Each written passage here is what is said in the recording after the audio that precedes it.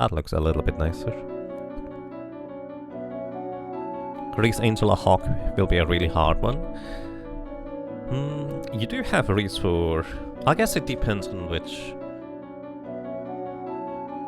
alignment you go for, let's put it this way. Both Reese and Hawk can debuff enemies, which is really powerful. But if neither of them go dark, then you couldn't do that. Which, by the way, I haven't decided which path we choose once we get the characters. Also, I was considering narrating the entire playthrough, but I don't know, I just feel like relaxing instead. Alrighty, I'm gonna give it 1 more minute for people to vote. Last call for voting. Exclamation mark straw poll here. And then we'll see who win. So, while I'm explaining, I guess, how does this game work? The short version is, at the beginning, when you choose new game, you pick between one of 6 characters. The very first character you pick is the character that will be your main storyline. There are effectively 3 different storylines. Effectively, 2 of the characters' fates are intertwined very heavily, and depending on which storyline you go for, you have a different final area and different final boss, and some of the mid-game, as well as the main villain faction, is different. Also, the character you pick first, you kind of see their full backstory play out, and you play through it at the very beginning of the game. For the others, you will just mostly get a bit of flashback. Charlotte is the one tiny exception in that she will join earlier than other characters, compared to if you pick, let's say, anybody but Charlotte, you will have 2 characters for the first real boss, and with Charlotte you will have 3 characters. This does not necessarily make it much easier, but it's an interesting slight distinction, because, well, there's a bit of variety there. Alrighty, I'm gonna refresh the straw poll for once more. Actually, let me go over here real quick. And it looks like Reese has won the straw poll with 25 votes. Thank you everybody for voting, I really appreciate that. Angela will be second, and there is a Mexican standoff between Hawk and Duran. I will probably just roll a dice and see who wins. Oh, or we could just pick Duran. I guess we picked Duran this time round. Alrighty, thank you so much everybody. Nosemaster, hello. Welcome back for 10 months. And I'm glad you enjoy your stay. Okay, welcome to, well, the Amazon Reese. She is in fact my favorite character, to be honest, and I think her backstory is one of the more fascinating ones. I will, however, change her name slightly, because I personally prefer... Where is it? This spelling here for the name. This is the official translation, so technically you could say Reese is canon, but I like this one better because this just makes more sense. For anybody who may not know, in Japanese, you don't have a distinction between the R and the L sound. So you basically, I think, have Reese. It's just kind of the pronunciation, and how you translate this exactly is just up to the translator or interpretation.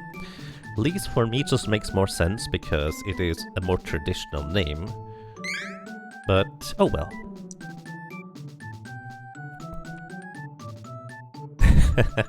Sometimes you get one character over the other. Alrighty, second one is gonna be Angela. I will basically get to the characters.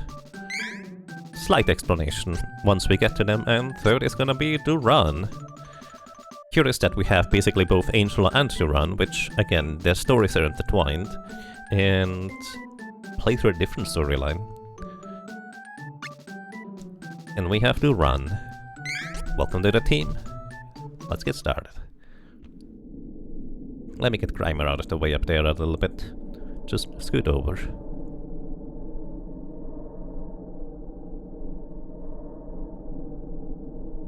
Hello, welcome to Valakar. I hope you're doing well. Slightly late for voting, I guess, but welcome. But, oh, sorry. I accidentally bumped the side of the controller. Alrighty, welcome to Reese. So she is the princess of Laurent, or Roland, depending on how you want to translate it, and this is kind of our more immediate introduction to combat.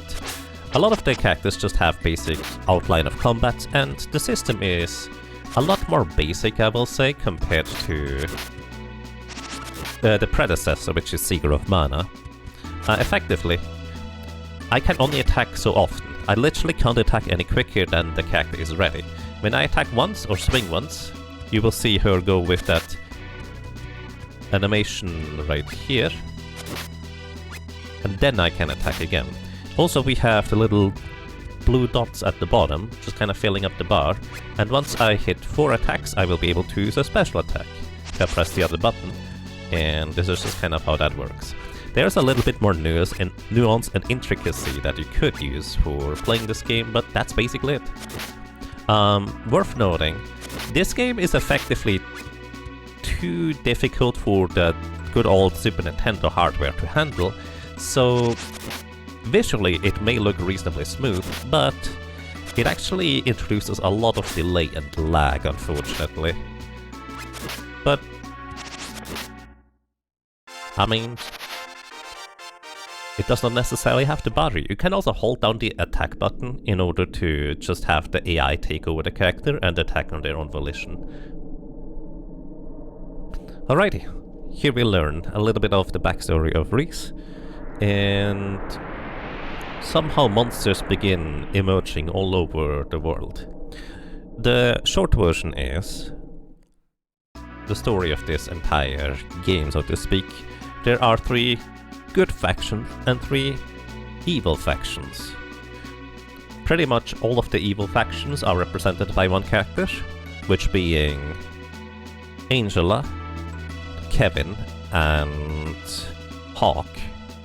And the good factions are represented by the other 3 characters, which are Reese, Charlotte, and Duran. Now, it's more of a relative thing. It's more like the head of the factions gets overturned, taken over, corrupted, possessed, whatever you wanna call it. And, well, the beginning is basically just you getting introduced to the area. You can explore the castle a little bit, but if you know where to go, that might be slightly faster.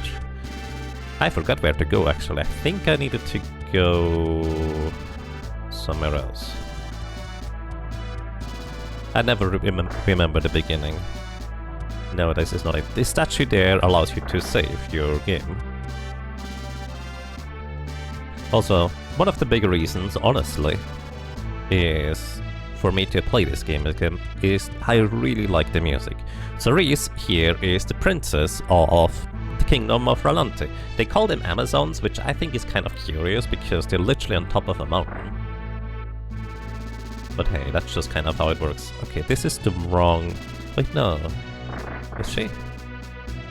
Basically, we're looking for our little brother. And I think we need to learn where he went by asking the maid? Oh dear. It's been a while.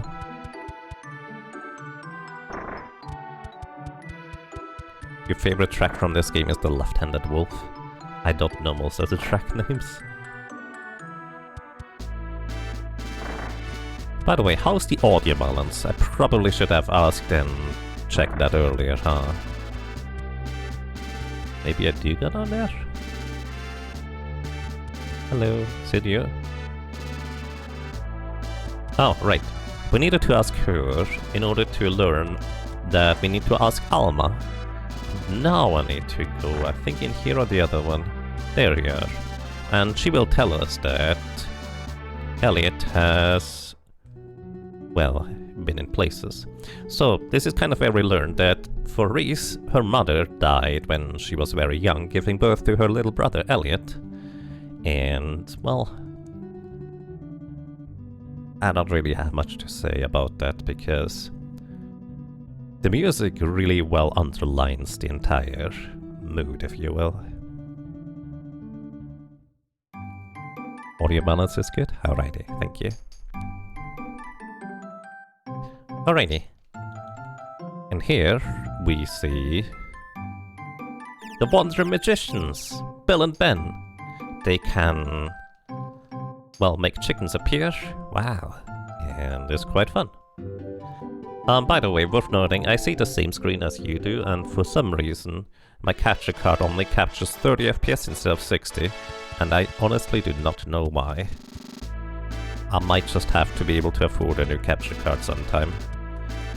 So, because like flickering or transparency on the Super Nintendo is often depicted by literally the character being shown one frame and then not shown the other frame, which means it flickers 30 times a second, it's easily possible that ghostly appearances look either completely solid or you literally can't see them at 30 FPS, which is a bit unfortunate. Also here, this statue here is also a save point. The difference between the grey ones is these ones also heal your health and HP.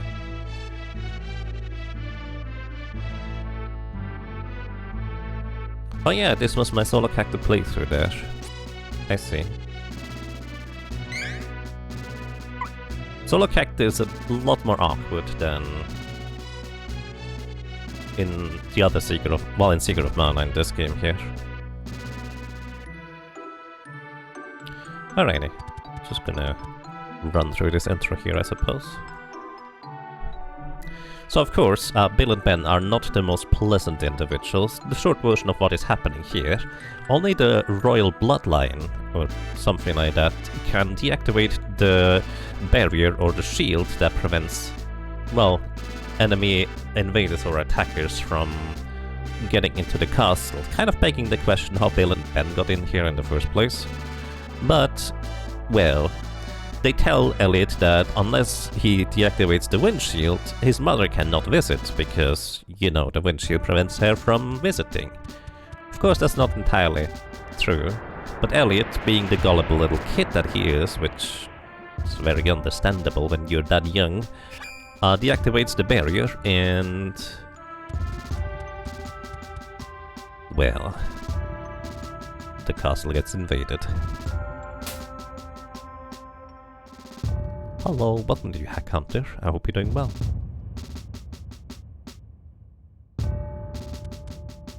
Wait, where is Elliot? Well, no time for that, because everything is burning and the skies are covered in soot, darkening the entire area. So by the way, you can only run when you're not in combat. And even these foreground effects that remove your entire HUD, so to speak, like the HP bar at the bottom, well, the HP counters, well, they don't allow you to move. So effectively this game chooses a bit form over function, but...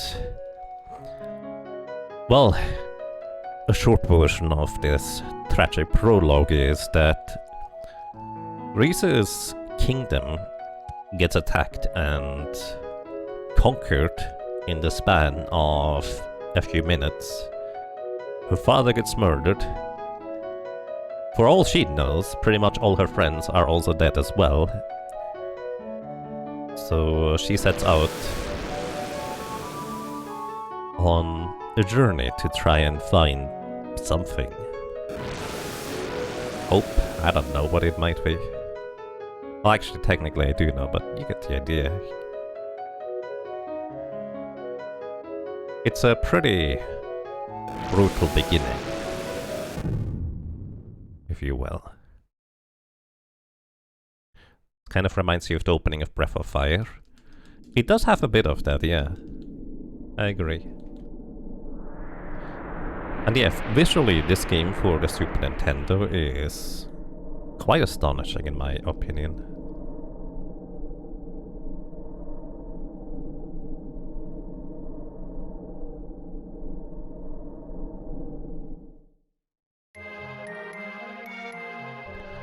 And well,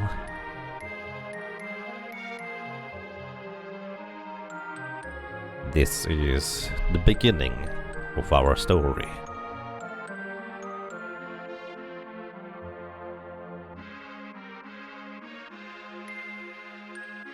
Marie's home was conquered. Her, well, entire family taken away from her.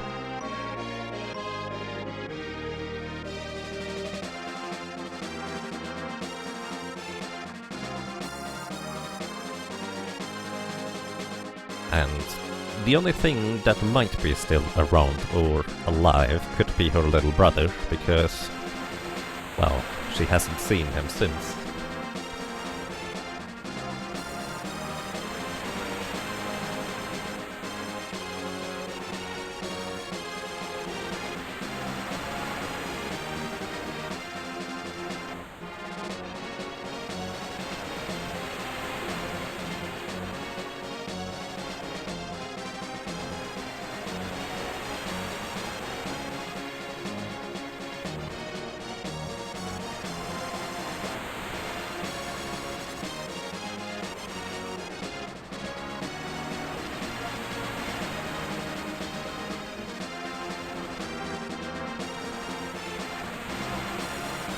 Honestly, overall, I love how this game just kind of looks and sounds.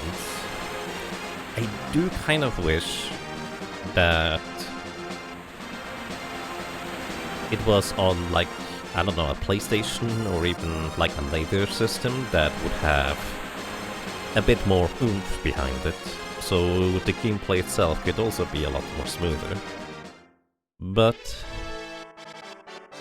despite that, I still really like the game. Alrighty, we have arrived in Jadd. And as we arrived here, well, something unpleasant happened. So the reason why we go to Jadd to begin with is because this is as close as we can get via ship to the holy city of Wendell. And Wendell is where we are trying to find answer, guidance, whatever you want to call it. And, well, we hope to find it there.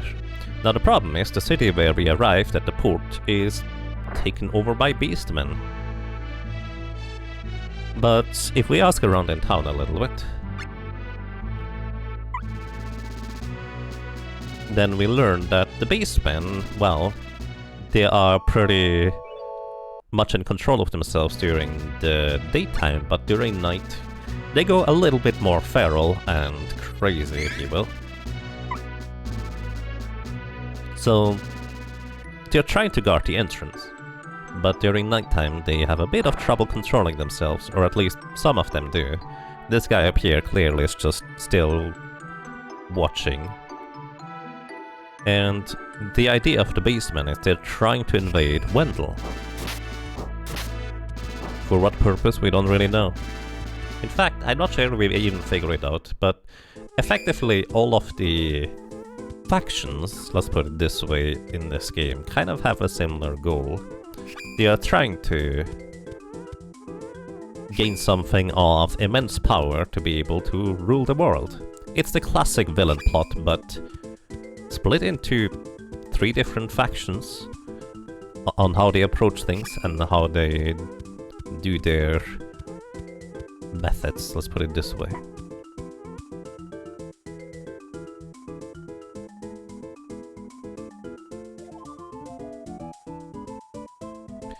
And a lot of the early game, I will say, of Trials of Mana is a bit... well, if you don't know what to do, or you just stumble into it, you might run back and forth between various places a number of times. Which, that's just kind of the unfortunate way and how that goes. So if I'm not mistaken, we need to talk to 2 NPCs to learn about the existence of Wendell, and there is a waterfall to the right. So, the short version is, in order to get to Wendell, we have to go through a cave. But that cave currently is protected by a barrier. So you need to learn about the barrier, either by bumping into the barrier literally, or you talk about Was it Ryu? No. I think it might have been the lady. I didn't read her text, to be honest. Either way, one of these NPCs tells you about the barrier that the priest of Wendell has created in order to protect the city from the oncoming Beastman invasion. And the other information we need to learn is there has been a light spotted across the lake. And what that light might be about, well, we hopefully learn here.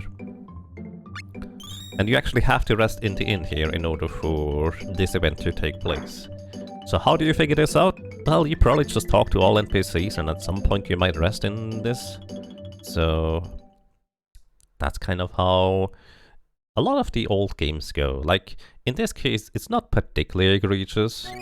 Like, you will probably just talk to all NPCs unless you might not even know what they're saying. So for a long time, as I said, there was no official translation for this game, so if you wanted to play it, you might have played it in Japanese. And if you don't know Japanese, you might just try to go places. But you might not necessarily talk to all the NPCs because, well, randomly pathing NPCs might not just tell you everything about stuff. But you specifically have to talk to the guy on the southeast end of the town.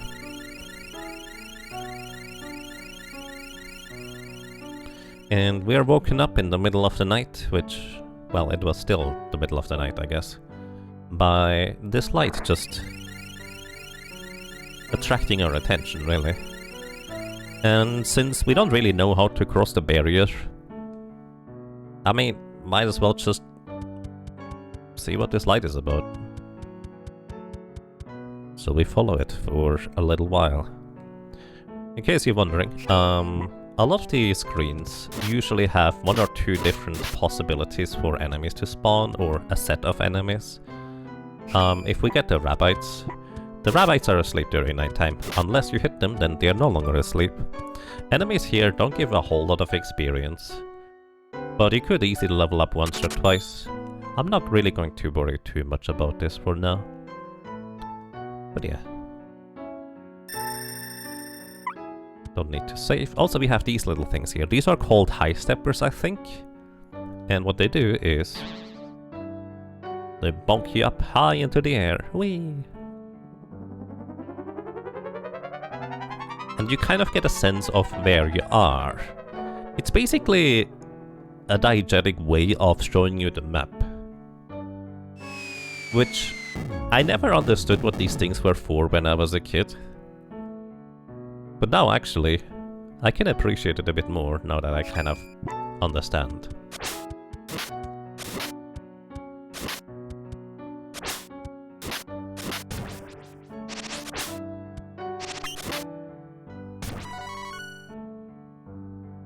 Oh, by the way, you can get chests in this game. Rump.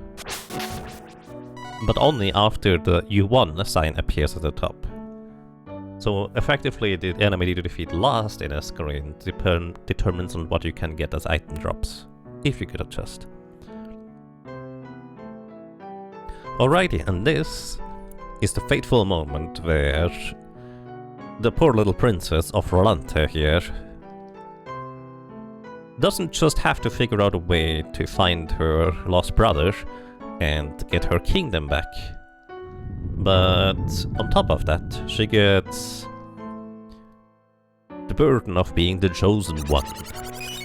This fairy here comes from the Holy Lands, if you will, and the short version about this is the fairy loses energy very quickly. And she's trying to get to Wendell, but it's kind of difficult to get to Wendell when there's a barrier around the entire thing. But, well, the fairy can form a bond with a human, and she literally picks the first human that she happens to interact with, the fairy that is. And that well, the one she interacts with is your character. The main character you pick at the beginning of the game anyways. And across the lake we've seen that something happened to the village of Astoria. Like, there was just the red again. You know, kind of like at the beginning of the game where it was invaded. Well. Here we are. And another 9 bits. Let's try it again. Another name bites the dust. Thank you. Thank you so much for 17 months of support. Welcome back. And I'm glad you enjoy your stay for quite a while already. Mushrooms are out for blood. Yep. Oop. Also, each character has their own unique way of opening the chest. And I think Reese's way of just flipping the chest once over is kind of cute. Welcome to you, Luther Kitty. And Cobalt Commando, and everybody else, I hope you're doing well. And Krausar, welcome to you as well. I hope you have a nice day. So, who doesn't have as nice of a day are the villagers of Astoria, because the Beastmen, trying to find a way into Wendell, well, they try to get all sorts of information out of everything around them, and for some reason they have determined that it was a good idea to demolish and kidnap everybody. In this universe, corpses don't just disappear, as we've seen with the king just lying there still as we left, I suppose. So I guess they've been kidnapped. You never really learn the fate of the villagers, but if you don't see them again, they're probably gone. Either way, we have a fairy now who has the ability to open up a passage to Astoria, the thing that the beastmen tried to do the entire time. We have a key. And here is where we meet our second compatriot. This is Angela. Coincidentally, she is actually also a princess, but from the kingdom of Altina in the Snowy Lands. The Mage Kingdom, if you will. And her mother, for some reason, decided that she would be an excellent sacrifice to overload or overcharge a mana crystal. Because other than that, Angela was completely useless to her. Now, that's kind of an odd thing, because her mother usually was a kind ruler. Sure, Angela didn't have much of a magic ability or prowess at all, like that is canon. But she was never really being threatened. She is a spoiled brat, if you will. Or was anyways. But now she is part of our team. Welcome, Angela. And let's actually check our menu. By the way, opening the menu takes forever and a half.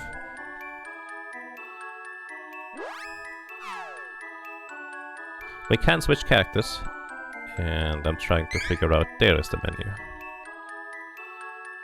So yeah, we have a magician and we have the Amazon. The second character always joins you at level 4, we've already upgraded the equipment. You're mildly expected to upgrade your equipment and level up a bit along the way, but oh well. Also, thanks to the fairy, we can actually go through the berry, oops, sorry. And see where we land.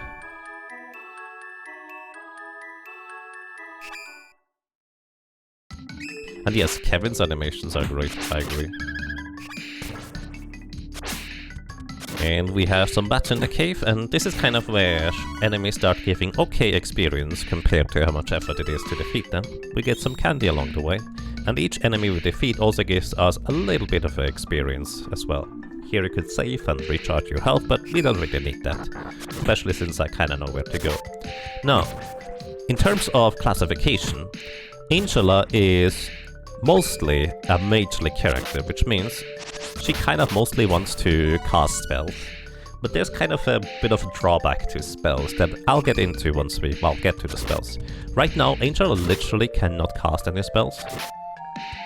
Because, as I mentioned before, she is largely kind of either too lazy or just incapable of being able to use spells on our own.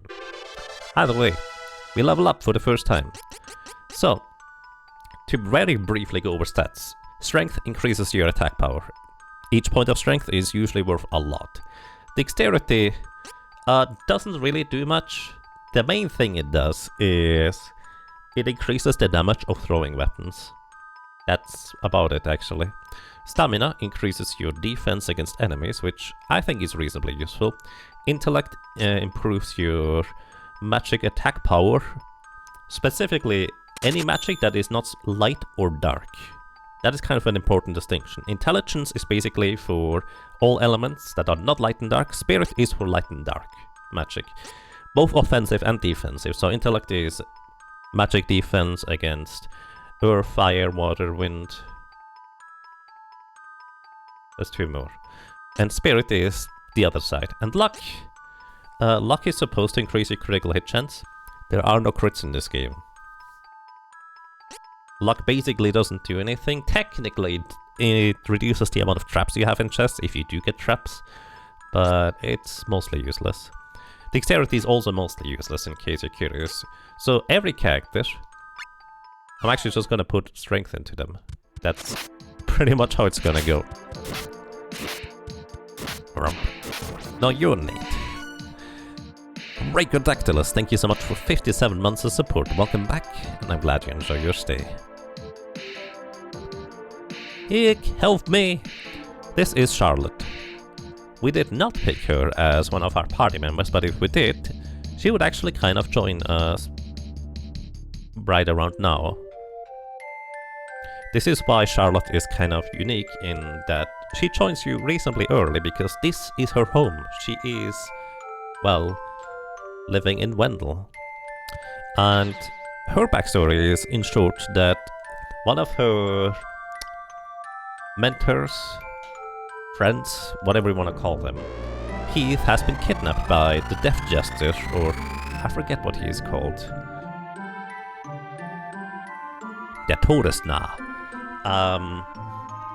And she was just kind of trying to follow Heath, sneaking out of the castle, but she couldn't return back home because, you know, her grandfather, I think it is, created a barrier to keep out the invaders.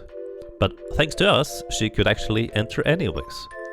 Now the keen observers, or people paying attention to the story, also, she chose a wrong turn. The keen observers will notice that there might be a slight problem where Charlotte here couldn't actually get back into Wendell because the barrier was there, but now she could because the barrier is no longer there. And you know, we just saw Astoria, the village earlier, ravaged by the beastmen. So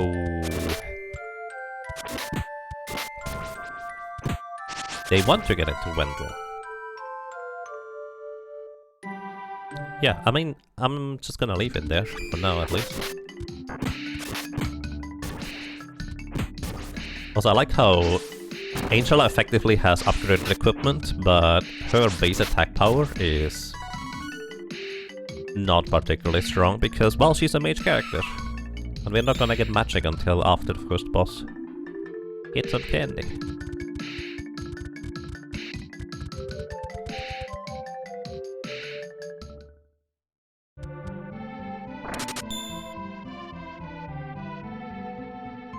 Renz Turner, thank you. Thank you so much for almost 3 years of support. Welcome back, and I'm glad you enjoy your stay. So, one little tiny gripe I have with this game is there's almost never a reason for you to go explore. In the sense that this is one of the few times you can actually get an item out of your way that is useful. Cups of Wishes are reasonably expensive right now, so finding one for free down here in the basement of a shop, which we didn't pay for, is actually quite the exception. There are very few places where there's actually items or chests, and even if there are, you usually, it's just like a bit of consumables that you probably have plenty of anyways. It's a bit unfortunate, but there's so many other things in this game here that I think is quite fine. Excusable anyways. Alrighty, here we could equip or upgrade our defense. The Queer Boyi... I have no idea how to pronounce this. Equipment in this game is reasonably expensive, and I don't think I need a defensive upgrade right now, so I'm not gonna buy it. Aren't the dex and luck stats bugged in this game? Luck definitely is, in terms of, like, the main purpose of luck is to give you critical hits, but critical hits don't work in this game. And dexterity, I think dexterity is more of a case of they just didn't give it much utility to begin with, aside from throwing weapons. The main use you're gonna get out of dexterity is if you have Hawk and chop change him into a class that uses throwing weaponry as his main attack. Then you actually get more damage out of dexterity, but only if you use those throwing weapon spells, if you will. So I could upgrade the weapon for Reese, but I don't think it's all that necessary. So what I'm gonna do, so I'm just gonna stock up on some consumables for healing. And we're gonna buy candy. You can carry up to 9 candy, and then you can put them into your storage. You should just end up buying more. You can access the storage anytime you are out of combat. So effectively, since candies are super cheap and heal for 100, which is basically our entire health bar, they are pretty good. Welcome to you, Maki Makes. Thank you. I hope you're doing well.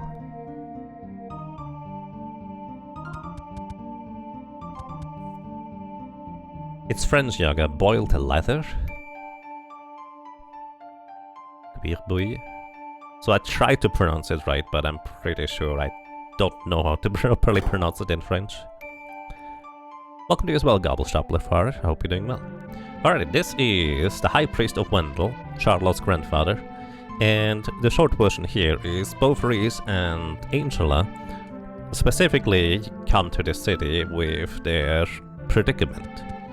Angela is trying to be sacrificed by her own mother, and Rolante has been overtaken by a hostile force, as well as Reese's little brother is being kidnapped. And then on top of that, the fairy here just kind of apparently overshadows everything else. Because the fairy actually being in the human land means that the Tree of Mana is in grave danger. And the reason for this, as we're trying to figure out, is something is happening to the Tree of Mana, or the Lands of Mana. Basically something is shaking up the balance of, I guess, the flow of magic in this game. It's probably more accurately explained if you read the text, but that's pretty much the gist of it. So, Reese, because the fairy chose to rest with her, is now the chosen one. She is supposed to go get the Sword of Mana in order to restore balance to, well, mana really. But initially Reese just goes, well, can't you just take, well, you know, take the High Priest here to be the host instead? But this is where we learn that the quick decision of the fairy to choose Reese must have been a really desperate one, because the only way for Reese and the fairy to separate is if one of them dies. So Reese is kind of locked into this case where she's trying to find her brother, but now apparently she has even bigger problems on her hands. So this is kind of where we're going, if you will. Well, let's see how that's gonna work for us.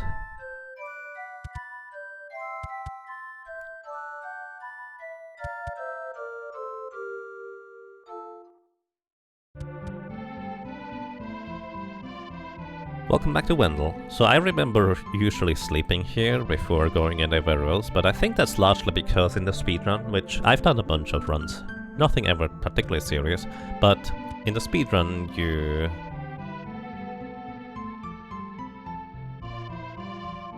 have Kevin in your party, because he is objectively basically the strongest character in this game. Because physical attacks are way better than magic, which is basically the polar opposite compared to Secret of Mana. Also, just to give you a sense of location, this is where Wendell is located. Just on the other side of the Lake of Astoria. And we took a cave in order to get over here. Also, Charlotte would like to accompany us on our journey. But, well, we told her, no, you're a little kid, you probably should stay back home. Which, of course, she doesn't, but... I love her little animations. But if you did choose Charlotte as one of your party members, she would in fact join you here. You can see that Angelo's with upgraded armor takes so much less damage from those mushroom enemies compared to Reese. But we hopefully don't get hit too many times, and even if we do, right now the enemies are not dealing particularly much damage, so a candy occasionally will pretty much heal us back up.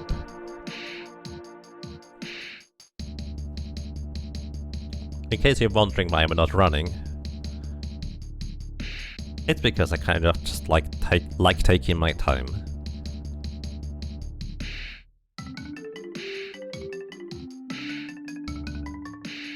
In a casual-ish playthrough. It's not an entirely casual playthrough because I'm not not narrating everything, but this is just more comfy for me for now. Have you played the remake? Yes, I think the remake is amazing. The remake is what I wish the Secret of Mana remake would have been. To put it bluntly.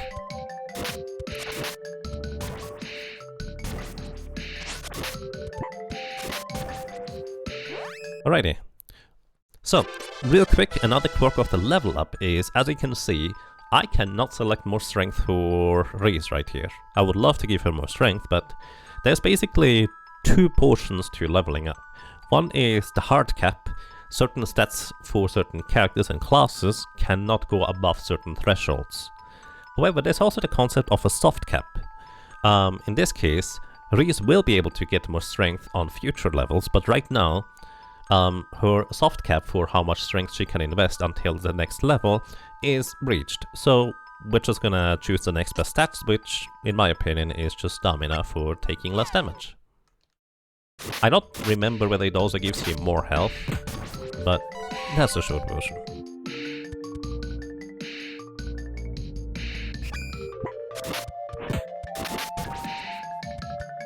A remake is what all remakes should aspire to be, pretty much. In my opinion.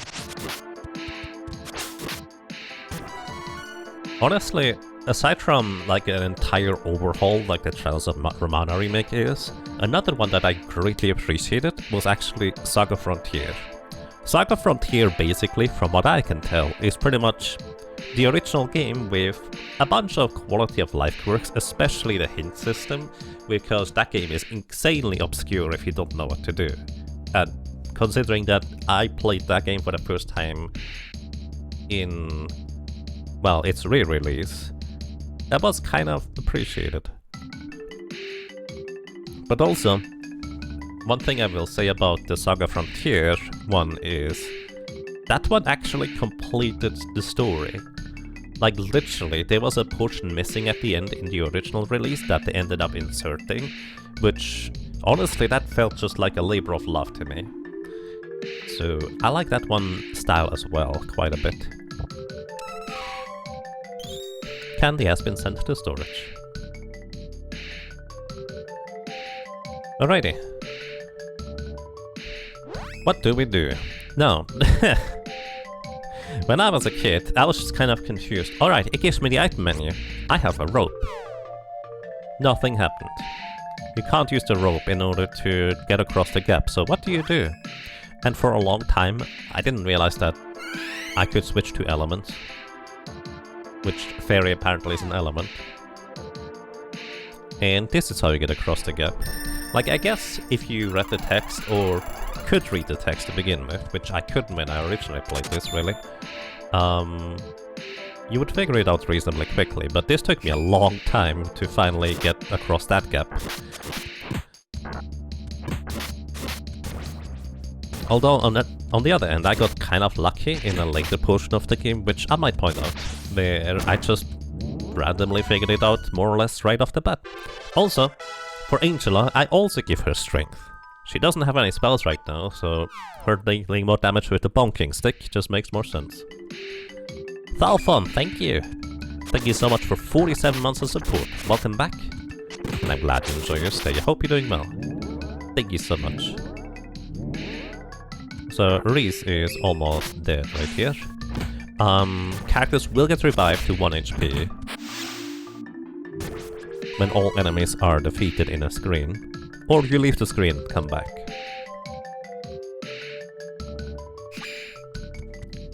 Uh-oh. And this is where Reese goes to sleep, but conveniently enough, there's a full heal statue right here. Didn't even have to use any candies. The game automatically gives you control over the other character in your party as soon as your main character goes down. You can also switch manually by pressing the select button to switch between the characters, kinda like Secret of Mana. But you also, and this is actually a feature that I really like, you can press L or R in order to temporarily take over control of another character. Right now I'm holding the R button, and as soon as I release the R button, I'm back in control of Reese. So you don't have to fully commit to a switch. So you can just basically temporarily switch, and I think that's actually kind of neat. It does actually open the avenue for some trickery, let's put it this way, that I might or might not take advantage of.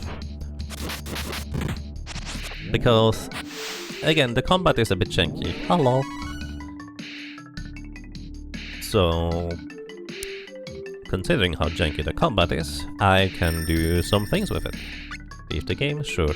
Also, by the way, the game remembers one screen away as to whether you have defeated all the enemies in the screen or not. Which means, this screen here is going to be still cleared, because, well, I just defeated the enemies. But if I go one screen south, where I came from, those enemies are gonna be back. So if you want to farm enemies, you have to at least go through one additional screen. Also, your AI-controlled characters do not attack unless you hit at least once first. Oh boy, I'm getting destroyed here.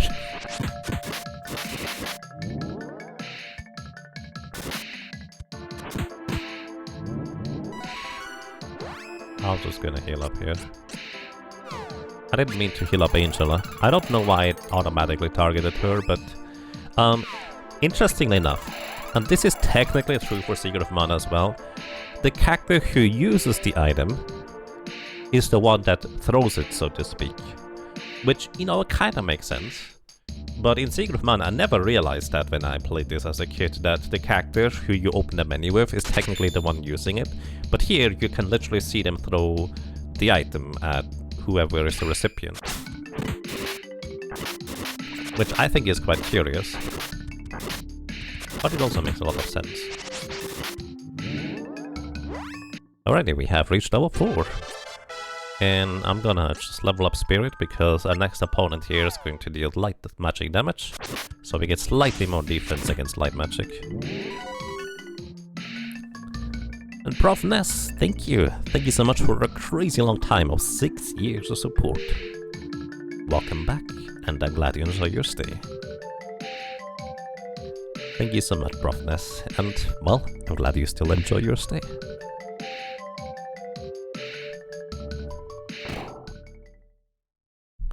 You're trapped. There's something here. Welcome to Full Metal Haggir. Alright, so what I'm doing here is I'm holding down the attack button and I'm tapping the R button. So normally you cannot attack this quickly, the way I'm attacking right now, right? But because I'm kind of... So how to explain this? So effectively, you're supposed to get a cooldown whenever you're attacking in order to not be able to attack as quickly again. But for some reason, you can circumvent that attack cooldown by holding down the attack button, which normally gives your character over to AI control, which means your character is going to attack. But here you can see Angela just attack. And that is because, effectively, the cooldown of her weapon attack gets transferred over to the character I'm currently controlling, which is Reese, which is why Reese is almost never attacking here. because Angela keeps attacking and using a Barista's attack cooldown. At least I think that's how it works. I don't think anybody has actually taken the game apart well enough in order to know that for real. Also, the boss here just healed itself. This is holy magic. And worth noting, enemies or bosses in general, not regular enemies, just bosses, have desperation attacks. This, or desperation spells, this guy's desperation spell is healing itself, which means you know it is below, I think, the 25% HP remaining. So there's that. Also, in case you're curious, you cannot really dodge most attacks. But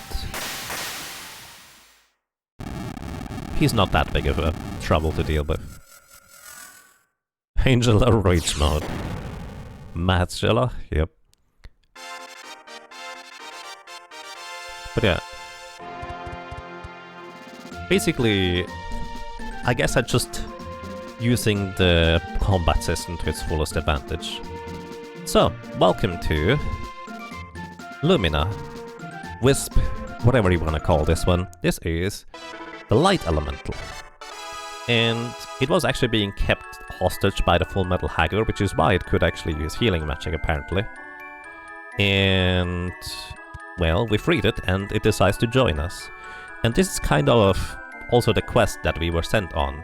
We are trying to find the 8 elementals that hopefully will help us enter the lands, or the holy lands where the mana tree is, so we will be able to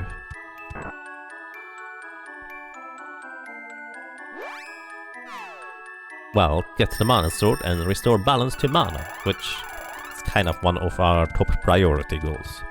Also, remember when I said that it might not have been the best idea to remove the barrier that was put into place to prevent the beastmen from invading Wendell? Yeah.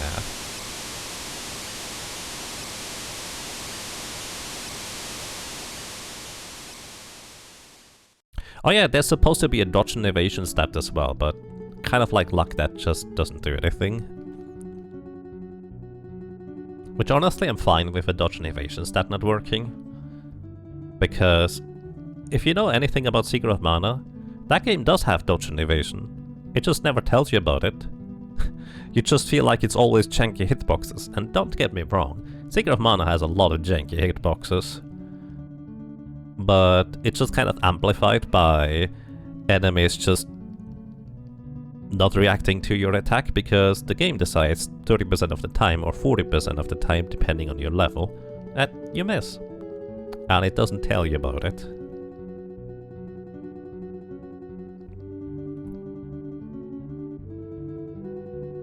Do heal items scale for a specific character attribute? Yes, as Letty said. Basically, there are various items that effectively mimic a specific spell of a character. Specifically, Potter's Oil literally mimics the Heal Light spell. So, Heal Light is affected by the Wisdom stat, or Piety, whatever you want to call it. And the higher that stat is, the more you heal with it.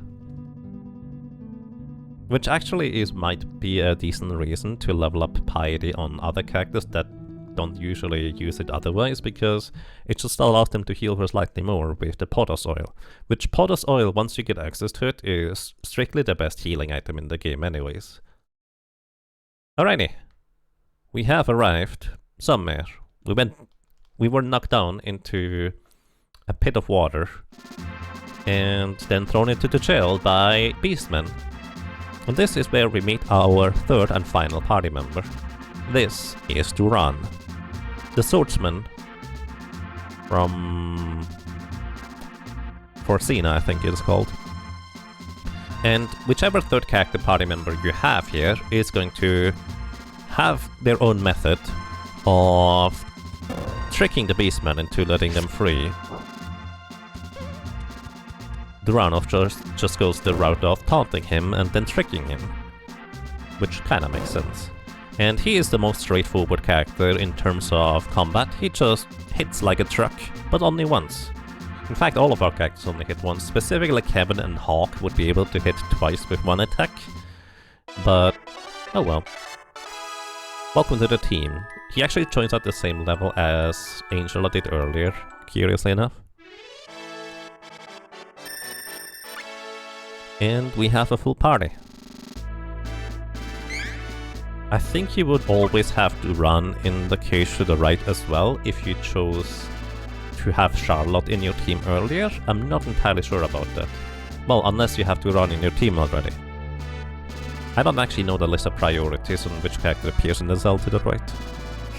Aside from, if it's your third party member, that's the one that will appear over there. But yeah. Duran just hits, and now we will eventually be able to level up our characters to the next job level, if you will. Once we hit level 18 and 36? Or was it 38? I forget. Does anybody have an opinion on what level we should go for that? Also, spikes. So this was a trap chest. You still get the item out of the chest, which is nice. But unless you have high dexterity and or luck, the chances are you will probably get hit by some traps. Some traps are whatever. Like a little bit of damage actually is not gonna make a big difference. But some traps hit you like a truck for like your entire team. I think the gas trap, for example, hits your entire team. And that can be quite a lot of HP gone.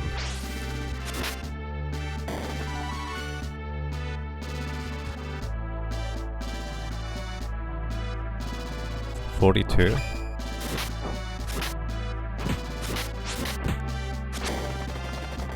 Oh, who's the main character in this playthrough? Right now, our main character is Reese.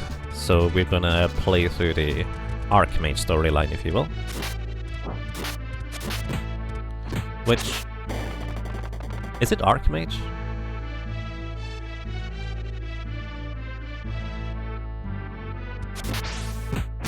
Yeah, I think this is Archmage, which is curious because technically Angela is the mage type character. Archdemon it is, alright. That one. It's actually kind of sort of my favorite one, to be honest. Although I love the area just kind of thematically from Kevin and Charlotte's main storyline the most. Just because I think it's a really fascinating final area.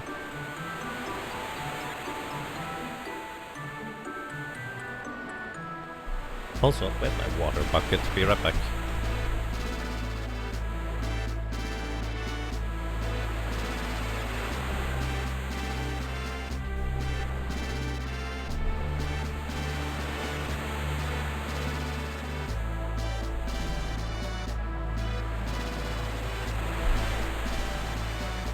Alrighty. So this is where Duran learns about the existence of the fairy in the Reese's head. And also this is where we learn about Duran's fate as to why he is on a journey. Again, all 6 characters effectively converge in trying to go to Wendell and kind of meet up there in some capacity. With the exception, I think, of Charlotte, you can actually find all of the other characters in the city of Jadd when the one that is basically controlled by werewolves and you first arrive via ship, or when you first arrive by swimming if you're Kevin. It's still the most amazing thing. Kevin doesn't care, he just walks and swims the entire way.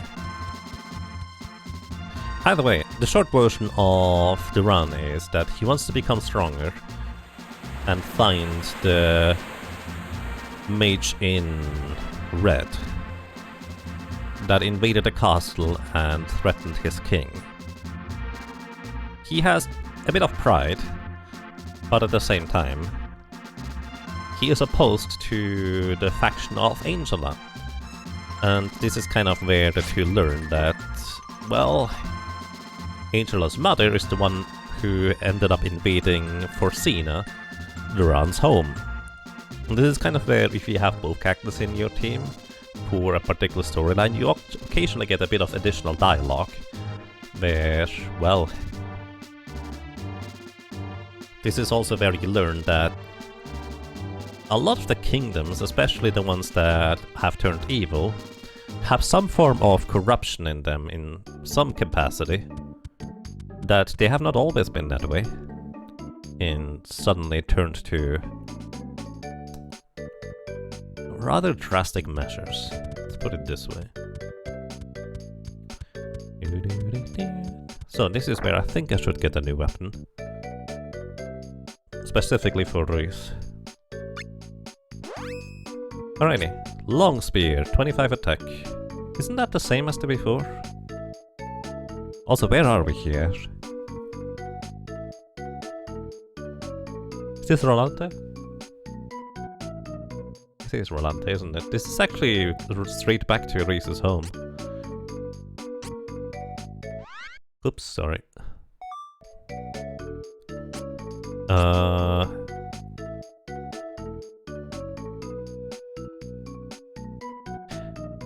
We're gonna just rely on Duran's strength, I think.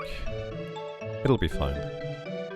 We don't need a weapon upgrade. The reason why I'm not buying anything is just because... Oh no, this is... Wait, this is Golden Road. Which I think this is actually quite a unique shop here, in that you can get accessories. Yeah, there it is. So, we have the head visor, the circlet, and the winged bow. Which, it's not much defense.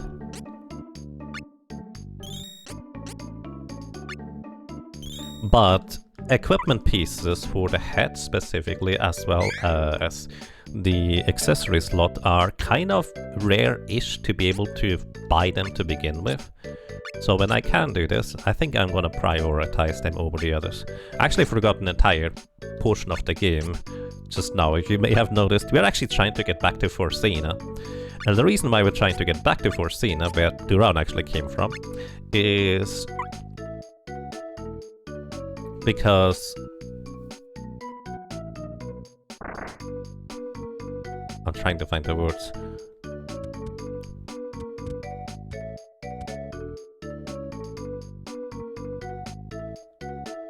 Oh, I did not need to talk to this guy. The reason why I'm trying to get there is because the king of Forcena is the one that is effectively one of the original Mana Knights that helped protect the world a few years ago. I actually have no concept of how long exactly that is.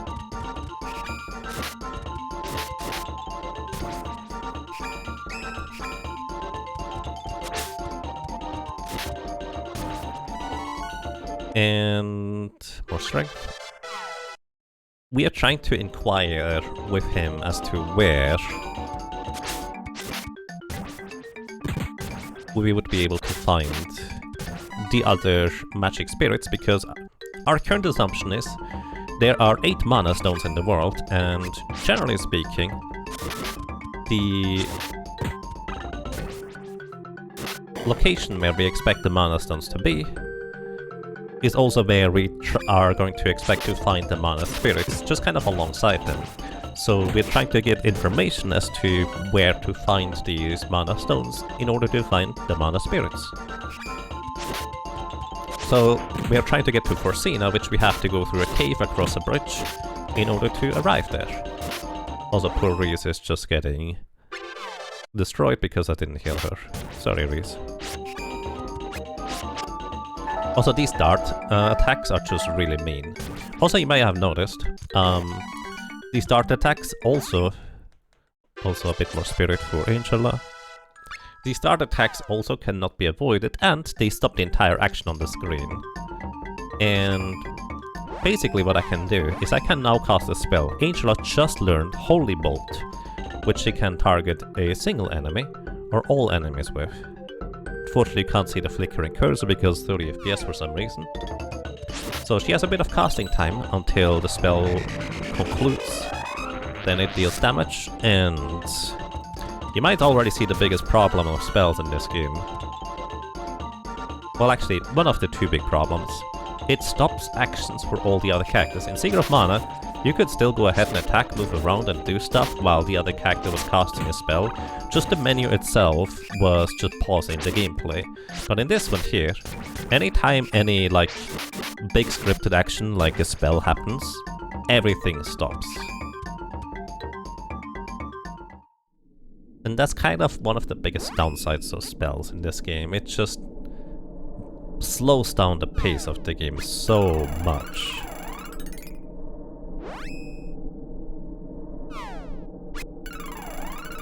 Which, I mean, it might not even bother you.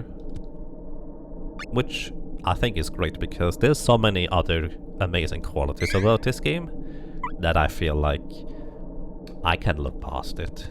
But also, I do tend to like to point it out anyways, because it is a significant factor as to why you won't see me use spells with our mage nearly as much as you may expect to. The other big reason as to why I don't use spells often is a lot of the bosses, and later on even regular enemies, actually have counterattacks to spells specifically. Where if you hit them with spells, they will hit you back with a huge damaging attack, usually, unless your spell happens to kill them before that.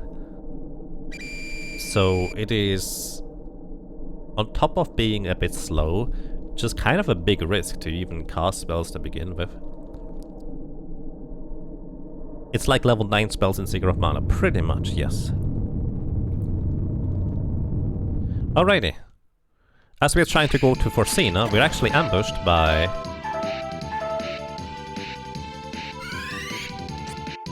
the mages.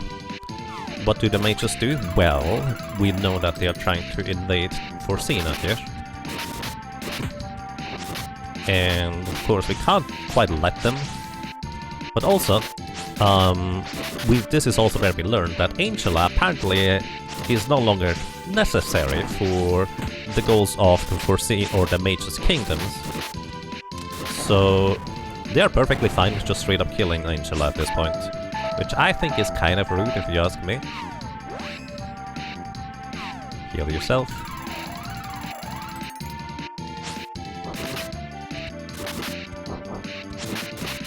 But yeah, that's kind of the short version there.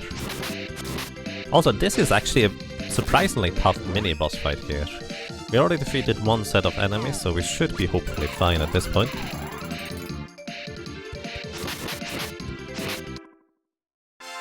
Alright, and there we go.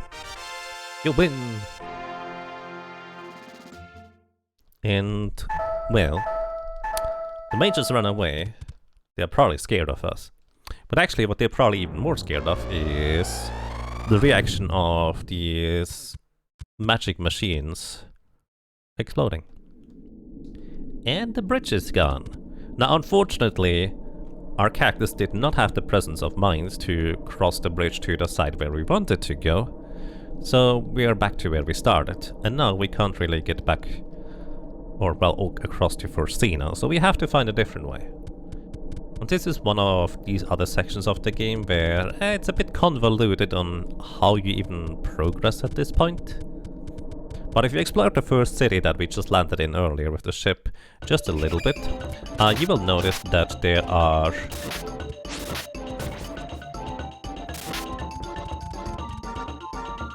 well, there's a cannon over there, and if you have played Secret of Mana before, you kinda know that cannons mean travels. So, well, this is kind of where we're trying to go. Those enemies are so mean, just throwing darts at us. Darts are decently strong weapons. You can actually get some if you defeat the Chopping Hoods last and get one from their chests. But, yeah. I don't think you can buy them yet. It's actually gonna take a while until we can buy them, and by the time we can buy the darts, they're actually not that good anymore. By the way, little fun fact. The speedrun levels dexterity on Reese. Reese is actually the main character in the standard speedrun category. And they level dexterity on her for a particular use of throwing items later on. Which I may or may not use in this, I'm not sure yet. I have not decided. But I might just level dexterity in case I decide to do that. Also, you'll often see me just not heal my characters, because as long as one character is reasonably healthy, my party is not usually going to wipe. For 1 and for 2.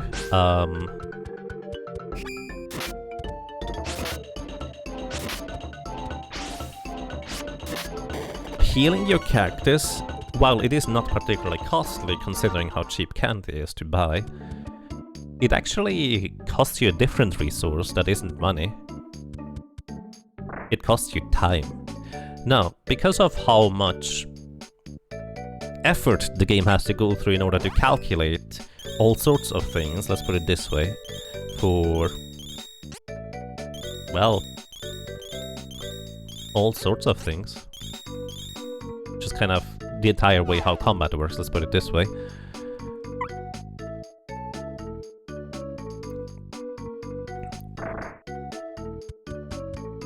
You actually give the game time, whenever you open the menu, to catch up on battle calculations. At least that's the way I like to see it. I don't know technically what happens under the hood, but sometimes enemies don't realize that they're supposed to counterattack or cast a spell or something like that. Or they're just not, it's not their turn yet because the queue for actions needs to kind of slowly resolve over the course of just time passing. And the player's actions for the most part take priority. So if you just keep hitting an enemy even though he has like a spell or an action queued, you can often just interrupt them. But if you open the menu, that is when their spell or action ends up resolving, and the next possible tick of the game, they will in fact attack you with their spell and such. So opening the menu can actually be dangerous just because you give the bosses and enemies time to do stuff. So here I think we have to learn about the cannon, allowing us to get to Forcena, but the problem is we don't have any gunpowder. How do we get gunpowder? Well, that's a good question. The dude is gone and is trying to procure gunpowder from somewhere. And luckily there's somebody in town who knows about gunpowder. Oh, by the way, a little tiny cutscene I kind of skipped over earlier is the guy that blocked the exit to this town initially. And he effectively told us that the priest of Wendell... Also, by the way, we have an item seed which you can plant here to get a random item. The priest in Wendell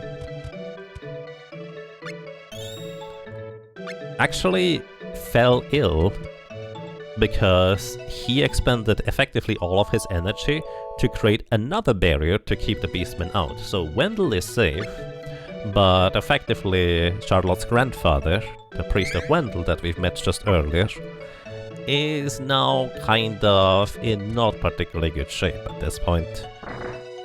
So, yeah.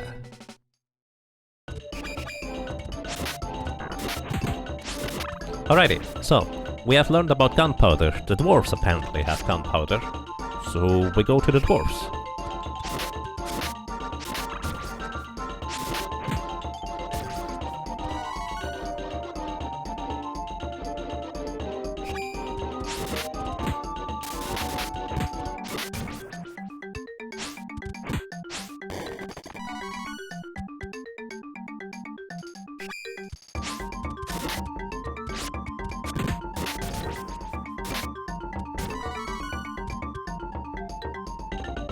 So we doomed the High Priest of Wendell? Something like that.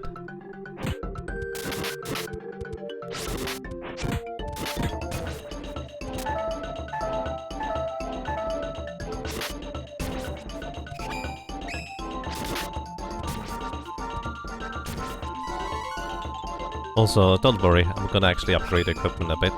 In a speedrun, you actually skip most of the enemy encounters. Like, what you tend to do is you attack once, and then you kind of hope that Kevin, or whatever third character you might have chosen for your run-through, might hopefully be able to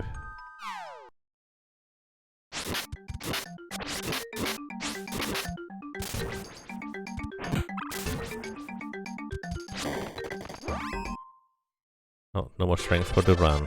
Gonna give you stamina. You kind of hope that Kevin, or I think Reese in this case would be able to knock out enemies as you just walk through the screen and just leave. Because that's kind of the most efficient way of getting experience and money in this game. You just have your AI control cactus attack and kill enemies as you just go. Alrighty. So this is also kind of... so we were told that near the bridge is where the dwarves reside. You have to interact with specifically the statue and then ask Lumina in order to help you reveal the way. So Lumina actually tells you that, hey, this is an illusion. The rock is actually over there. It's a trick of the light. Which is why Lumina can resolve this trick of the light. But funnily enough, you could in fact stand to the right of this boulder here. And that does mean the trick of the light is kind of very physical in nature, since you could just stand over there, but now we cannot because the boulder is actually over there and we recognize the boulder is over there. So maybe the mind is much more powerful than we give it credit for. Either way, or illusion anyways. This is the village of the dwarves. Lolly-ho. And we are trying to get gunpowder, so we go to the item shop and try to buy some. And this is where this guy tells us that... Watts is not here. Where is he? Oh, he's somewhere in the caves trying to find Gnome, I think. Well, Gnome sounds interesting, because that is our elemental of Earth, which we're trying to gather them anyways, so we're kind of in a useful place here. So I'm gonna get a new weapon over here to Reese, and a new weapon for Duran, because weapon upgrades are actually very, very handy.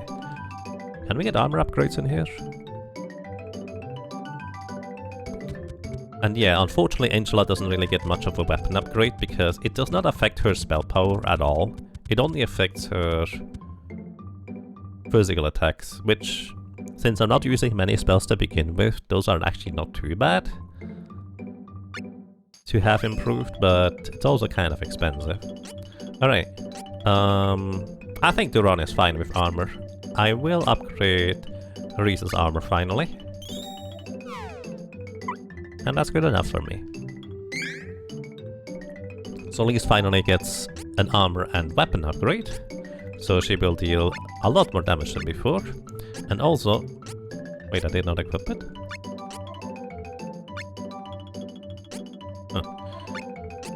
Also take a lot less damage, like that's a pretty substantial upgrade for defense. You did equip... alright. Also, in case you're curious about the other two slots, one of them is accessories, as I said.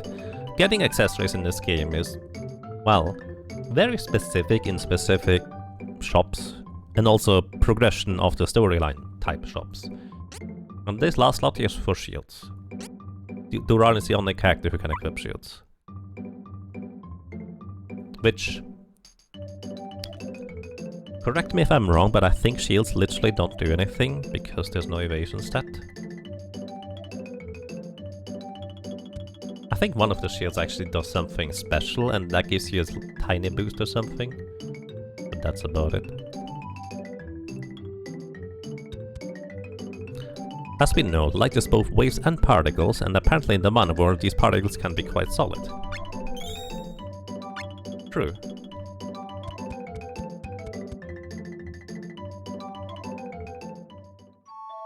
Also, you may have noticed that there is a day and night system. And unless you have Kevin in your party, the most thing it affects is actually the type of enemies you're gonna be facing along your journey. There are usually a set of nighttime enemies and a set of lighttime enemies. Alrighty, we have learned everything about what we are looking for, so we're trying to find what? So we're trying to find Gnome. So we get gunpowder and hopefully Gnome along the way too.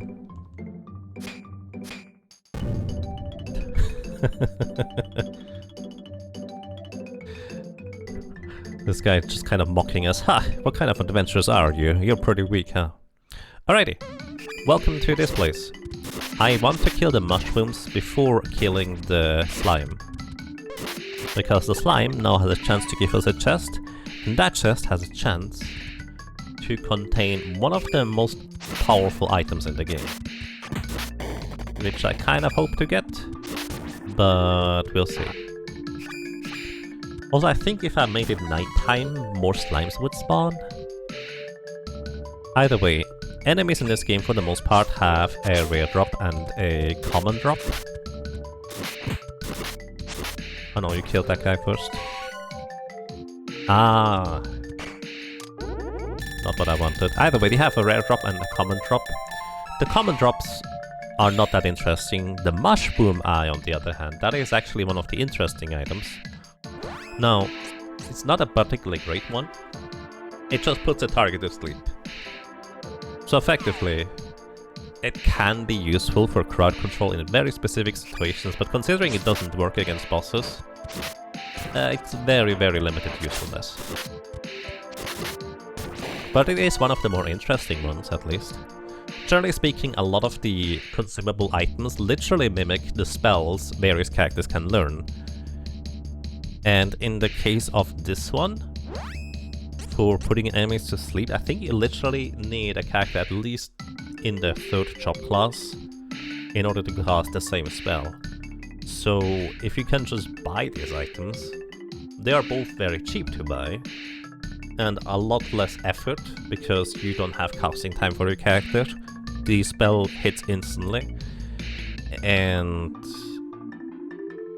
you don't use any MP, which, speaking of MP, both Duran and Reese don't get spells until they changed classes. They still get MP, but they literally never have any use for it, which I always found to be a bit odd. Either way, this one is Watts. And he wants 5,000 gold for the gunpowder. Or 3,000, I think, if you decide to deny initially. You can, in fact, buy the gunpowder here if you have enough money. And then you can go to the Cannon Brother, go to Forcena, and the King of Forcena tells you, hey, weren't you in a cave just earlier? There's Gnome somewhere over there. Probably go and find that guy first before you try to find the other spirits. I actually kind of adore that this is an option. It doesn't really change much. It literally just has you backtracking a bunch more. But I like that this is in fact a possibility. I'm trying to hit the mushroom. There we go. Now hopefully this guy gives us a chest. Nope. I think this is one of the best places to farm for a chest if you specifically want one. There's 2 mushrooms in this screen. I hope you kill the mushroom first. They have less HP, so usually they will die quicker. Nope. So what you can do is you can run back and forth here. There's always also a chance that a different set of enemies spawn like these guys here, which is not the slime that we want. But hey, a little bit of experience on the levels isn't the worst thing to get. So the reason why I want the slime item, the special item, is because the slime item is effectively an attack powered down.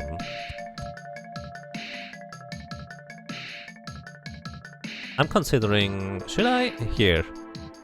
I'm just thinking. I can make a quick save in this. Quick save 3. Because this is the Trials of Mana collection on the Switch. You can just use save states effectively.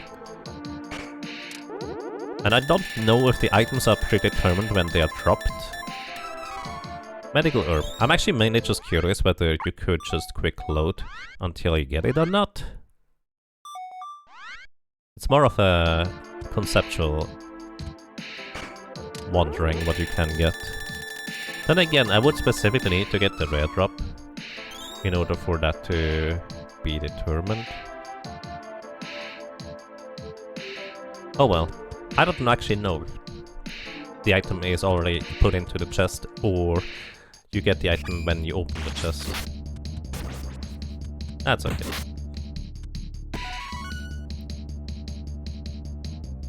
And yes, buffs and debuffs are insanely powerful in this game. Okay, I'm gonna try this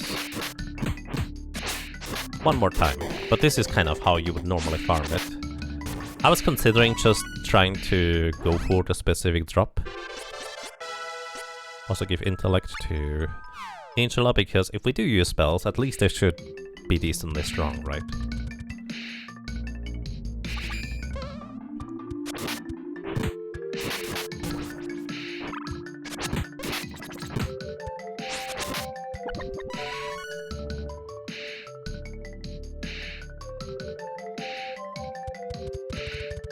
The wheel looked different, but that doesn't necessarily mean that the item wasn't predetermined.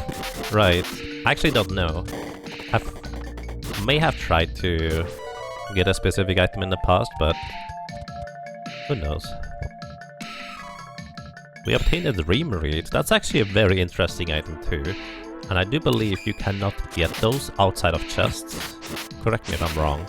The Dream Read, what it does, it switches from daytime to nighttime and vice versa, which would be very useful in a speedrun, but because there is no way to reliably and quickly get it, you just manipulate the night cycles in a different way, because in a speedrun, you want to take advantage of Kevin's werewolf power boost as much as possible, so you usually want to fight most bosses during nighttime. And that kind of actually gets mildly complicated where you do want to and don't want to rest, and how quick you have to move through the area for it to be at the correct day and nighttime cycle. Also, I like how this guy just attacks us before we even get to do anything. It's just rude.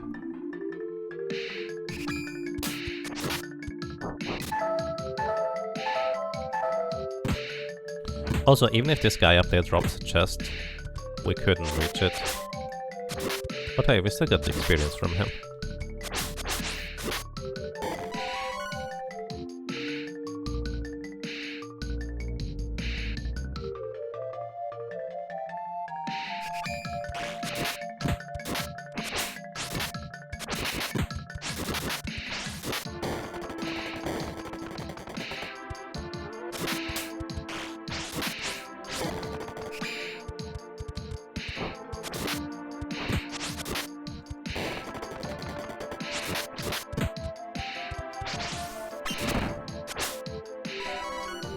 Also, these goblins can drop us hand axes, I think. I don't know if that's a common or a rare drop. Let's see. Uh-oh. Magic rope. It might be a rare drop. I actually have no idea how rare a rare drop is in this game. No clue. Also, both Duran and Angela just got knocked out, but because no more enemies are in the area, they immediately got revived as well. I think... yeah, this is the statue for saving.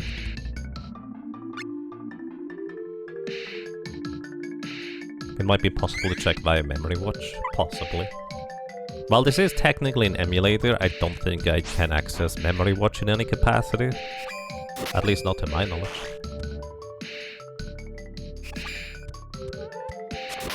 Also, I think this screen here in particular is the one where you can have specifically just one slime spawn.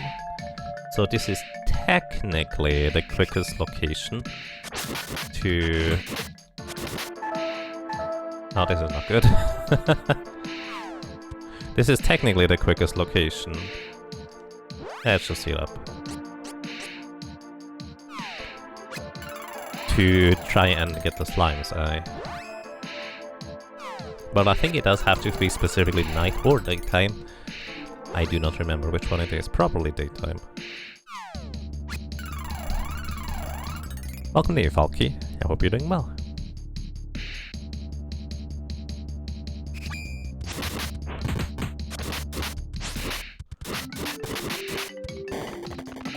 Angela is usually pronounced Angela, not Angela. There.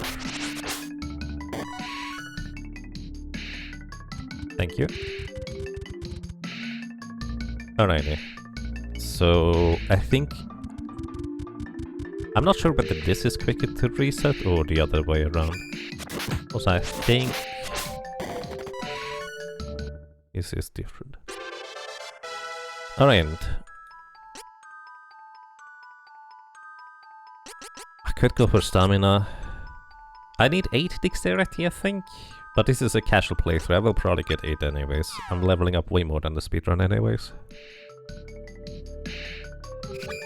The speedrun actually does a technique called stat breaking, where you can actually circumvent the soft stat cap by tricking the game into thinking that you have in fact a higher level than you actually have. Also, this is my attack power down.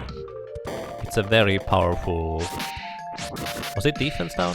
No, I'm pretty sure this is attack power down. It's a very powerful actually effect. Alright, so here, I think this is the quickest way to reset this room, if we wanted to go for the slimes.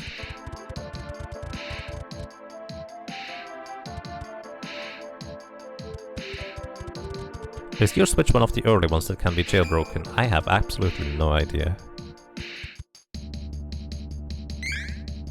Let's see... No, not actually that one. Wrong button. I think we can see the daytime. Well, we see it is daytime in fact, so I guess it needs to be nighttime. I'm gonna try and reset this like 2 more times.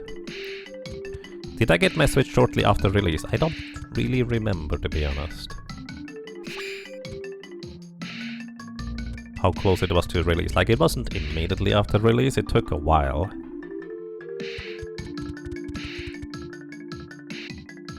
There, okay, slimes do exist here. So we can just have Duran and Reese knock it out.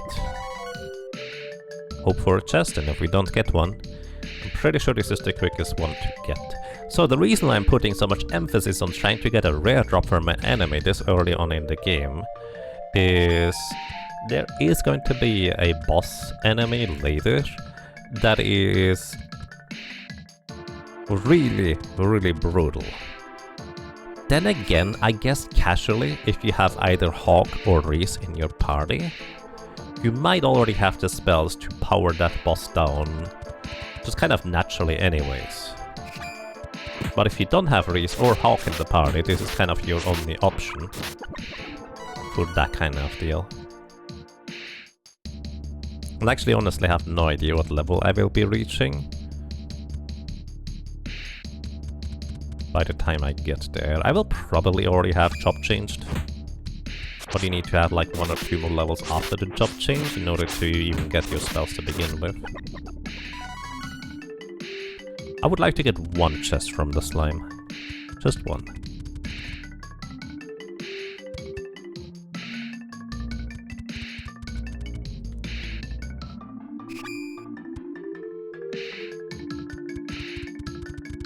There's a hardware bug on the early models where you can enable the Android debug mode by using a special doodad touching the contacts of your right Joy-Con, if you remember correctly, since the processors for the Switch was originally intended for Android devices. Interesting. Does Baisel not sell this one? No, actually it does not. Baisel, generally speaking, sells power-up buffs, which is why power down is so much more important. Which is also why Reese and or Hawk are effectively the 2 most influential characters in your party if you make them into their dark versions for powering enemies down, for debuffing. Alright, here we go. Let's see. That 1 chest has a trap in it. And we get a Stardust Herb. Stardust Herb is interesting because it effectively removes all buffs and debuffs. So it's kind of like a double-edged sword, but if you don't have another way to remove a certain debuff, which I think Medical Herb cures literally every debuffs. Oh wait, no, status changes. The Stardust Herb resets status changes, so power up, power down, that kind of stuff. Have you played the remake? Yes, and I think it's amazing. Alrighty, what we're gonna do here is we're gonna heal up Reese. And we're gonna heal up Duran. And Outside of special circumstances, in boss fights, all characters will get experience at the end anyways. The only time a character does not get experience is if they are still knocked out by the time the enemy sum is calculated. Either way, oddly enough, it is more efficient and even easier to defeat bosses with just 2 characters. Generally speaking. So we can, for example, here, the strongest thing Angela can do is cast a spell. And she does Holy Bolt for 62 damage. Which, in a vacuum, 62 damage is pretty decent. But, of course, the problem with it is how long it takes to both menu to cast a spell, as well as for the spell execution to take place to begin with. In that time, we attack 7 times with Duran, and he deals way more damage. And as mentioned before, normally in-game time is kind of a resource that would get traded for real time. But in this game specifically, it's not necessarily true. Also, agility down reduces your evasion and accuracy. There is no evasion and accuracy in this game, so it literally doesn't do anything. But I technically could use the Stardust Herb to remove that debuff if we wanted to. Also, this charge across the screen happens after a certain amount of time. Which I do believe that timer continues while the spell animations are happening, so another reason not to really use spells. Instead of just flail at him with physical attacks here. And once again, I'm holding down the attack button, which is A, and then I'm tapping the L button in this case, to briefly switch over to Duran to have him just attack really fast, effectively taking advantage of how the combat system works. This guy is not particularly dangerous overall, as long as you keep your health decently healthy and you did buy the armor in the Dwarven City. And this is his desperation move, he just boosted his defense. So now we deal less damage, but because of the frequency of our attacks, it's actually not that big of a deal.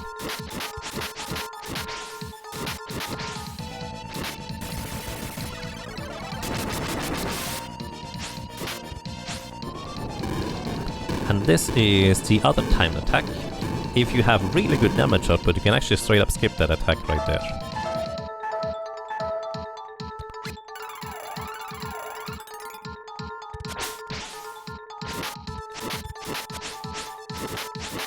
Also, by the way, having one of your characters knocked out on the floor also means that the game is significantly less laggy, meaning if you do want to open the menu and heal, you're more likely to be able to do that because the game has less other things to prioritize.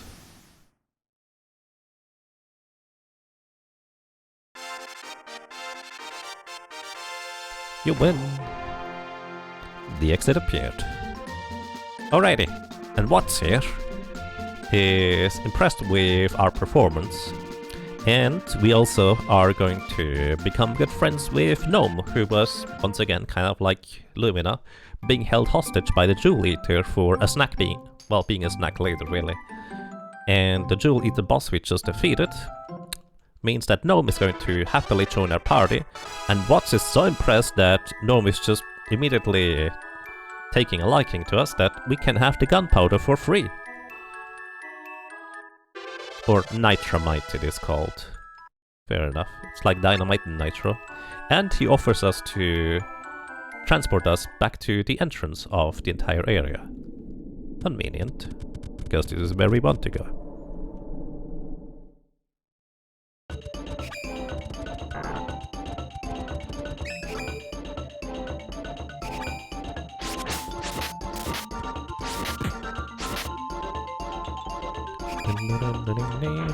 I attack once with Angel and then I just hope that Duran and Reese manage to knock out some of the enemies along the way. And interestingly enough, I don't even have to have my attack animation play. I literally just tap the A button, which is my attack button, before Angela's attack animation was ready. And as you can see, she basically gets her attack ready again before I even ever get to attack, so I think this doesn't work. Oh no, it does. Although in this case, the opposite happens. She did attack, but my allies did not start attacking the enemies.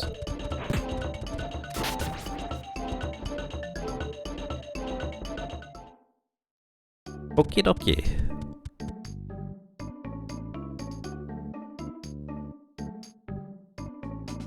Bum, ba-da-dum, bum.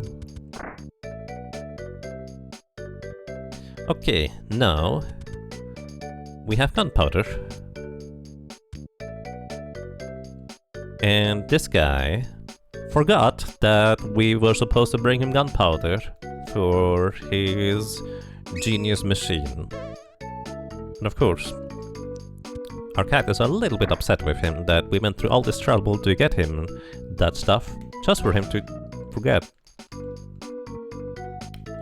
Oh well. It's fine. He will shoot us over to Forcena, so we basically cross the bridge in, well, a much more direct fashion, I guess. Also, he missed. Forcena is that castle to the northeast of here. So we are in the middle of the fields.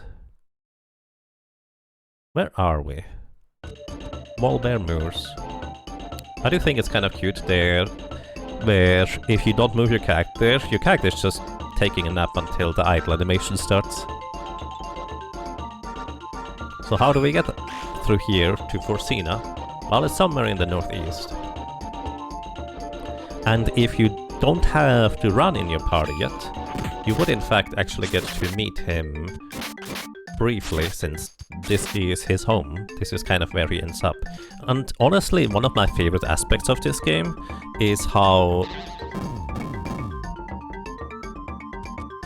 the other characters are not just sitting back home or just stay where they are put in order for them to just be talked to at some point.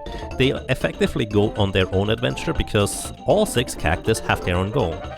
If they are in your party or not, they just want to still try and resolve their peril in one capacity or another. So you just occasionally meet the ones that you haven't chosen along the way. And in this case you would meet Duran right here.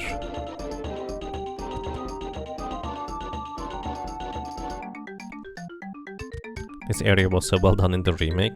It's definitely one of the more memorable ones, I agree.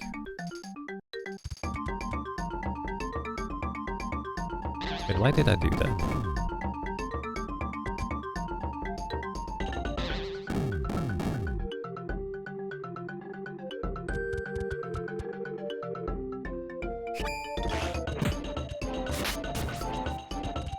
Also, I love these trees here. They look really evil.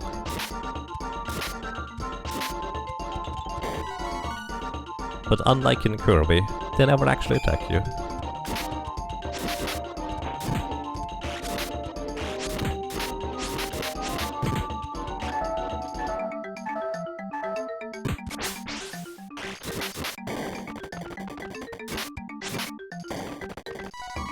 By the way, as long as the enemies are defeated as I leave the screen, you still get the experience, I think.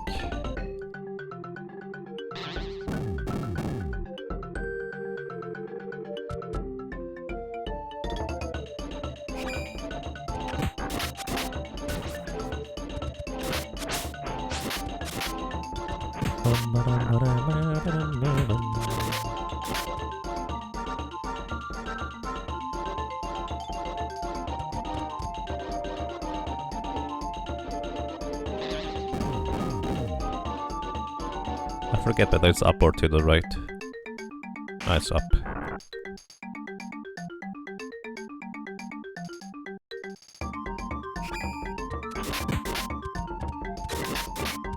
Some enemies have significantly more defense than others. For example, these mole bears take so many more hits compared to the bats to defeat them, and they're about the same experience, so...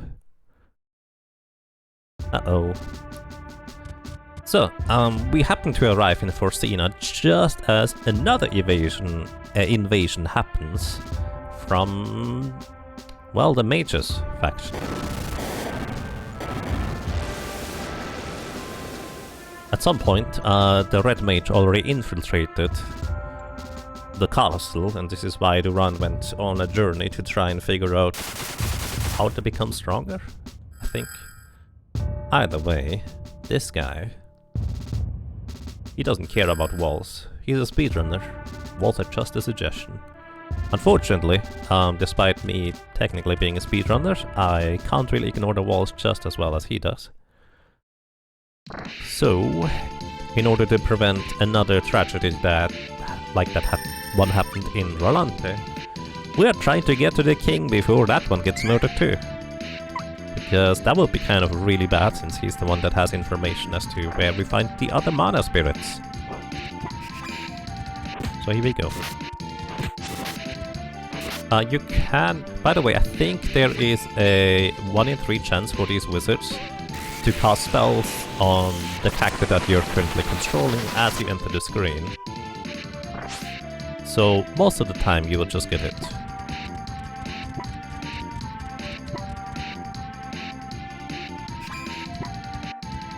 Well, I say most of the time, but technically it is only 1 in 3 times.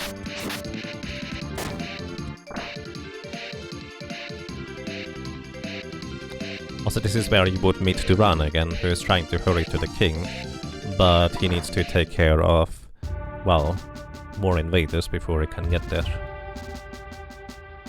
And the Crimson Wizard is threatening the king. He wants to know the locations of the mana stones as well. And since he doesn't want to tell him, he decides that the best order of operation at this point would be that, well, nobody else can know the locations because they have ways to figure it out as well. So this guy's name is Koren, if I'm not mistaken, and he used to be just as magically inept as Angela, but for some reason something took a hold of him, and now he is one of the most powerful mages in the kingdom, and just as corrupt as powerful.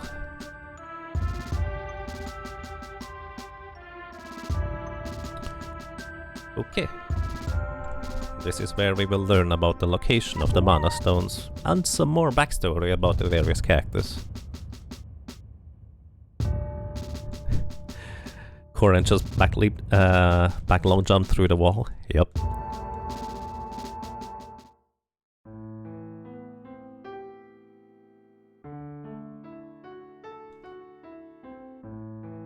The Meowna stones. There's unfortunately no kitty elemental.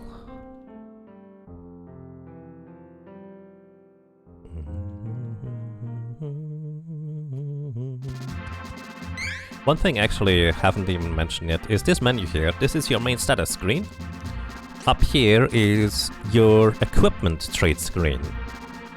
For some reason they decided it was a good idea to have each individual character have their own storage for equipment, which is fine on a baseline because only the specific characters can equip the specific equipment, but it's really awkward to ever trade one piece of equipment to another because you have to do it through this separate menu entirely. And that can happen based on planting some equipment seeds, I think. Either way, you've pretty much never used this outside of very specific instances. Also, this menu here is incredibly laggy because it actually has a much higher resolution than the rest of the game.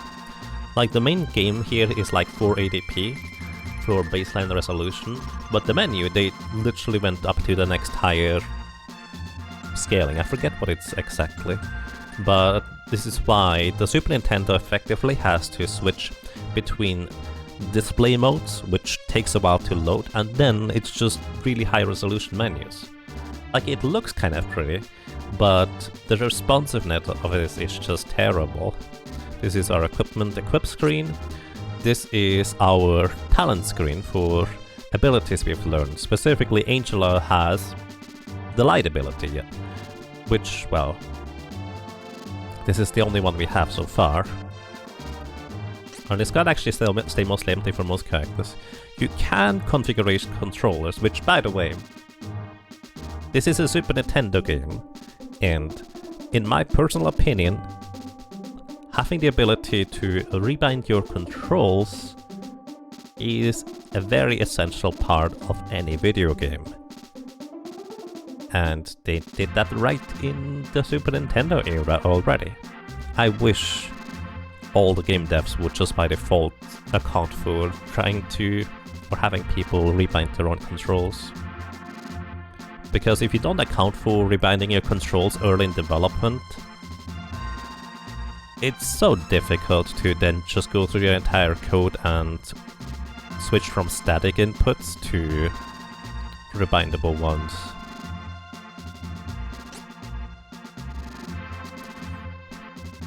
Oh well. Here are our stats. Also, you can see Magician can either go the light transformation to a sorceress or a mysticist. For Duran we can become a fighter and become a knight or a gladiator. And for Reese we can become a Valkyrie or a Rune Maiden. Generally speaking, up is the light transformation, down is the dark transformation. Generally, as well, light is more defensive oriented, whereas dark is more offense, as you would expect. You get different abilities with different usefulness, let's put it this way, if you are strictly speaking gameplay wise. But you can beat the game without ever changing jobs to begin with, so it's mostly just a matter of preference, you can't really go wrong. The way I decided which characters I was going for was I just looked at the little portraits here of the characters after switching jobs, then reset and switch to the other job, just to decide, I like this portrait better, because I did not know what these things would do, so the only thing I had to decide by is how the characters looked. Also, this is our save files. Can't really actually save in this menu, it just shows you the save files for some reason. Here you actually have the tactics screen. This actually influences a little bit, where you can have your allies go for different enemies than what you're attacking, the same enemies that you're attacking, and you can also determine whether the AI is supposed to use special moves on their own volition or whether they shouldn't use them, which actually is useful later on, and I will tell you why. And we can switch the item frame. I actually really like the basic item frame, because it's very easy to read. I'm just gonna switch color a little bit. Alright, I think we were told that our next destination is to get Sylph, the Spirit of Wind, which happens to be in the Kingdom of Volante, so that's where we're going. You grew up playing SNES, and to this day when you play a game with Xbox on-screen button prompts, you press the wrong button. Yeah, same here. Oh yeah. Right, we need to take the cannon travel back home. How do we get cannon travel? Well, it's a completely arbitrary trigger. One of the NPCs in town has to tell us that, hey, there's a cannon in the courtyard, which we literally just came from. That NPC is down here. I think there might be another NPC that can trigger that, like the Seer or something, but I'm really not sure. Wait, it's not here, is it? I went to the wrong house.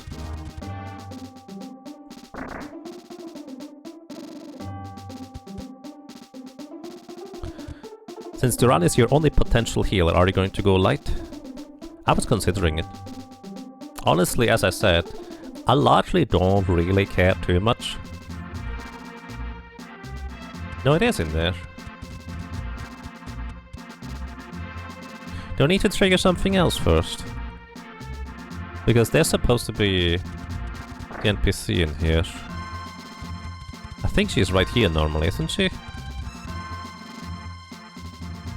Oh. Only during daytime. I've never been here during nighttime, I guess. But yeah, I don't really have a particularly strong opinion about which character I'm going for, to be honest, so you tell me.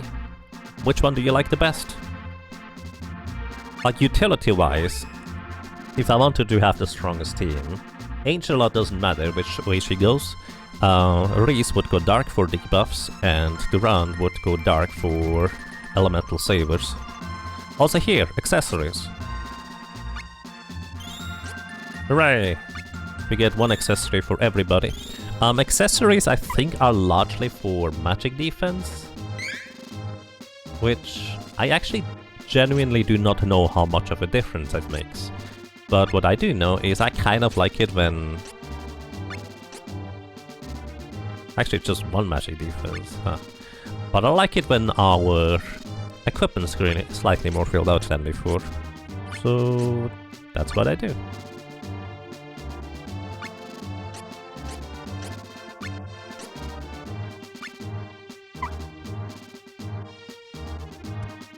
Can't play Kevin without getting serious Skyfist anymore. At least in the Super Nintendo version here, both the... I forget what they are called, the Skyfist as well as the another equivalent actually have very similar visuals, so I just like both of them a lot. Oh, it's about to get daytime. You know what, everybody? I'm just gonna wait until it is daytime here. I'm going to take...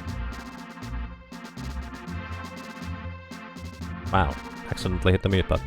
I'm just gonna take a break, and I suggest you might want to do the same. I'm gonna get up, stretch, walk around for, let's say, a few minutes, 2 or 3, and then we're gonna continue. I hope you enjoy watching this, and be right back. Quick break.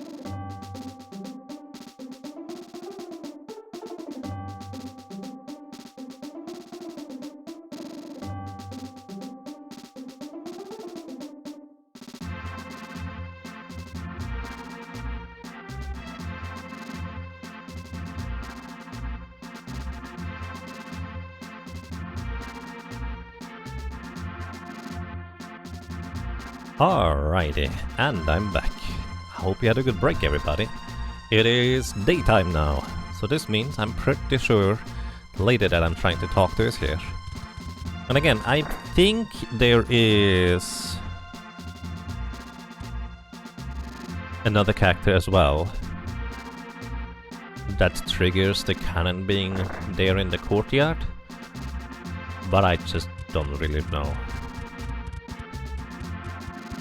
What have you done with Yaga? Yaga is hungry and got some food.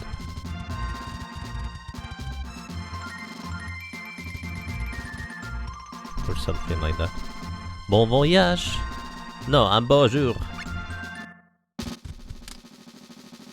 I like that the Cannon Brothers in this are basically just French. Just bon voyage! Bonjour!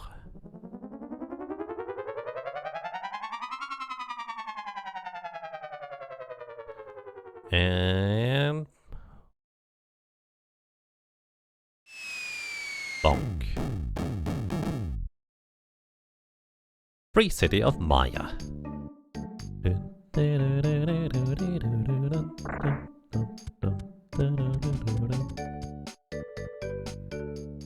The second character, you believe? They are in the bar. Ah, I see. That might be during nighttime. Yeah, this is just the one that the speedrun always goes for, and I just did not know which one the other one was.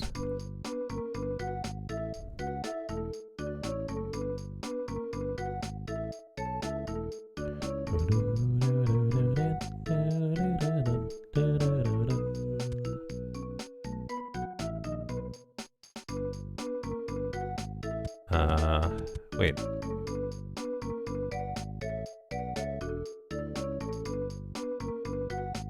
Do we need to go across the Gold's Road again? I think we do.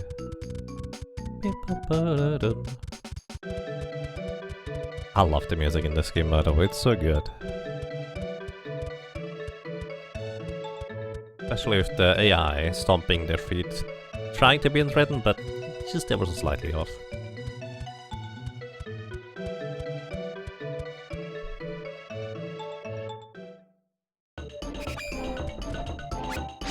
Dart Room.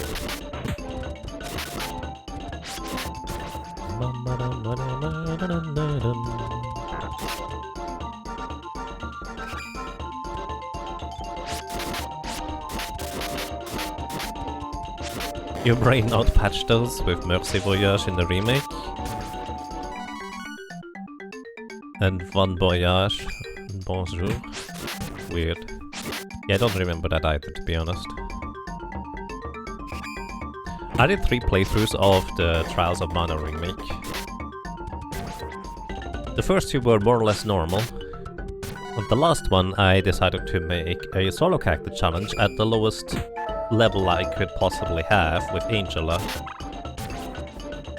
And in case you're wondering, I did not get the early weapon with Angela, which you can get.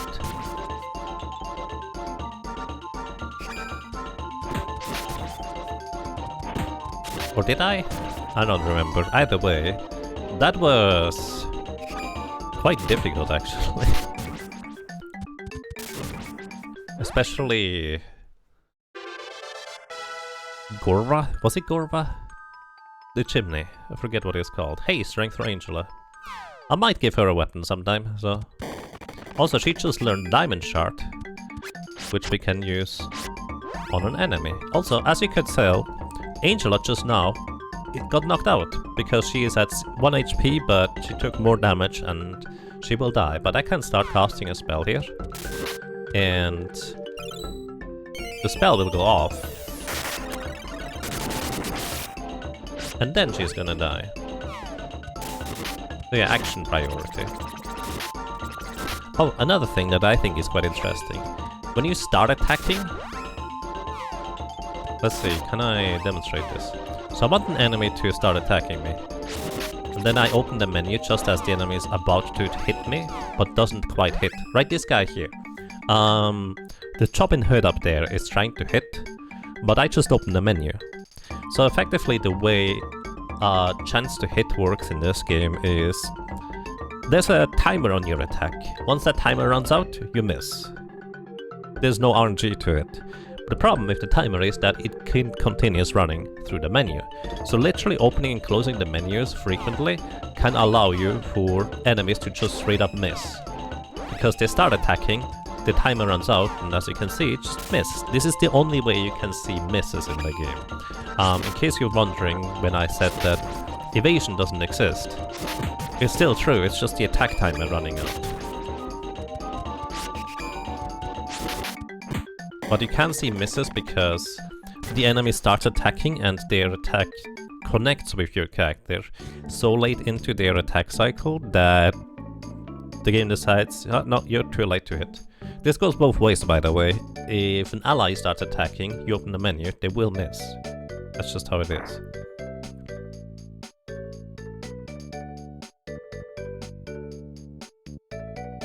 Yeah, we do get to Volante first. I don't have to do much here. Actually, what I can do is I'm going to use the dream read here just to make it nighttime. Because during nighttime,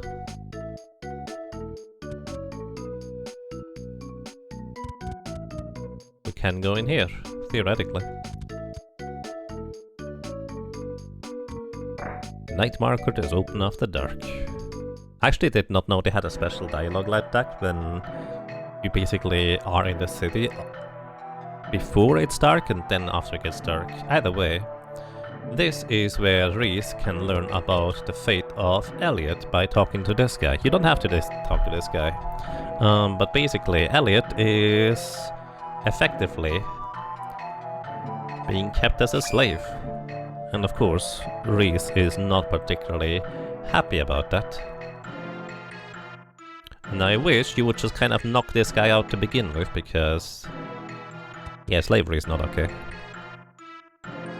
That's putting it way too mildly, but I don't tend to use strong language on stream.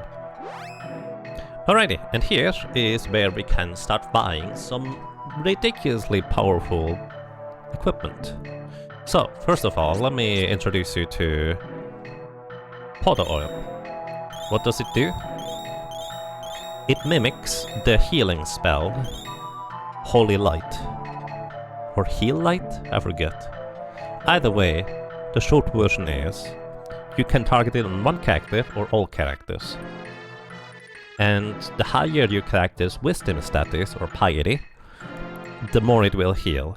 So again, you might just want to have a character's piety stat really high just so they heal a lot. Like right now, Angela's piety is decently high, and this thing is just going to heal the entire party for a tremendous amount of health every time I use it with her. And it's really, really good.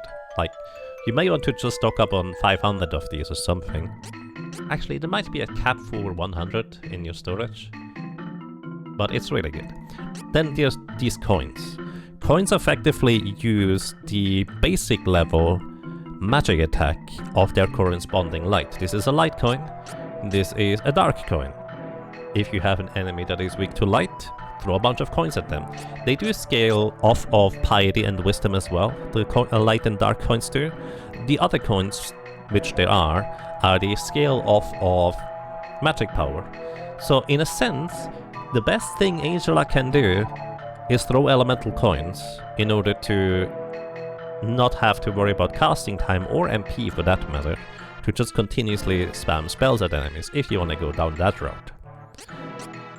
We also have Marmpotter Oil, or Mama Potter, which this is removing all status effects from the party. Can be quite handy, it's not usually that important to remove most status effects, because status effects also wear off if a character ever gets hit by another status effect. Like, they literally cannot be simultaneously poisoned and asleep, so only one or the other. Spectre Eye dispels magic. So if an enemy has like a defensive boost on them, or an offensive boost, you can dispel it with the Spectre Eye, which is actually decently useful. And then we have the throwing weapons. So the dart is just okay damage. The higher your dexterity, the more damage it is. It is basically like a spell, but it's physical damage based on dexterity. Same with the hand axe, except the hand axe is just a little bit stronger. Now the bumpkin is a very slight deviation from this formula.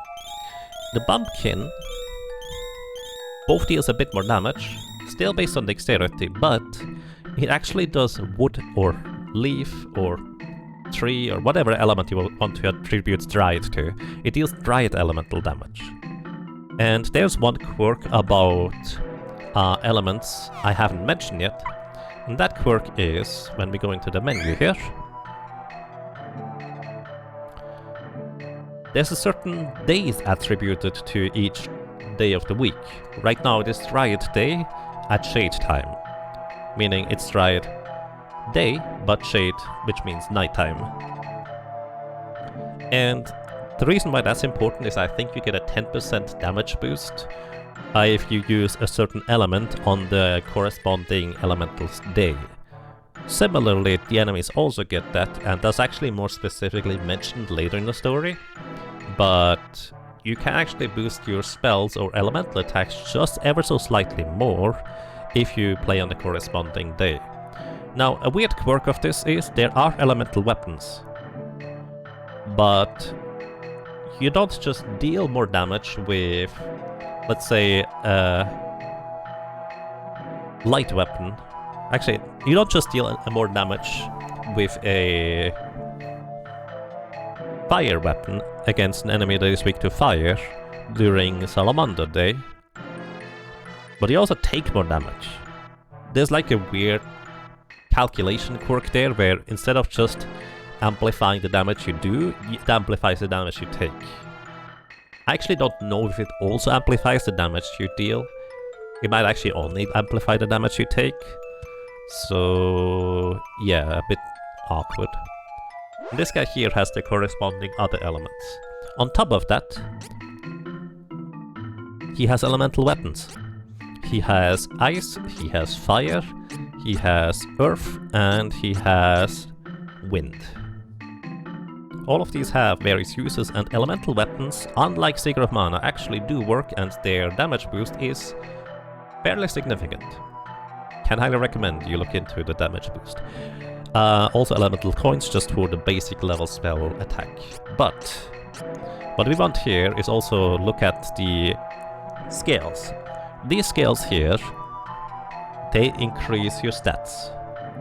This is why having Reese go light is not nearly as useful as you might think it is, because you literally can just throw a very cheap item and have the same effect.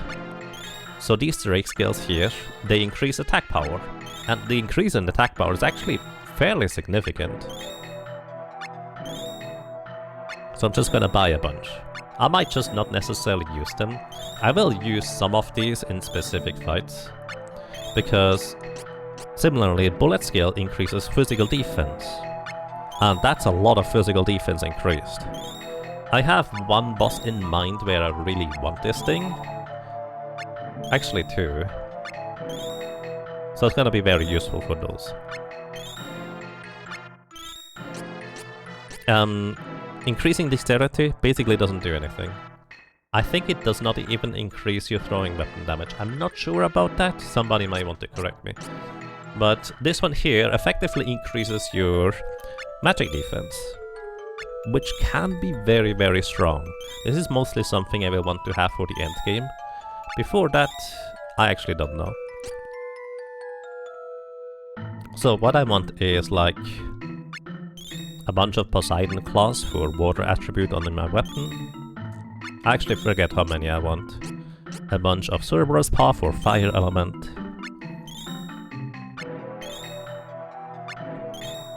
And the most important, more immediate one is Earth Elemental Weapon.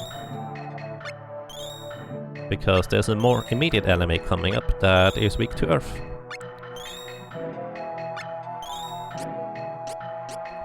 And Wind is less commonly useful, but it can still be very useful. Alright. And I'm gonna go ahead and exchange my menu. By the way, you get the Nitramite, or well, the thingamajig, the gunpowder in your inventory. It doesn't do anything. Like, you can use it as an item, it just doesn't do anything. There's never a reason to have it. So, I'm gonna grab my bullet scales here into my inventory. And I'm gonna grab the bear claw so I don't forget about it.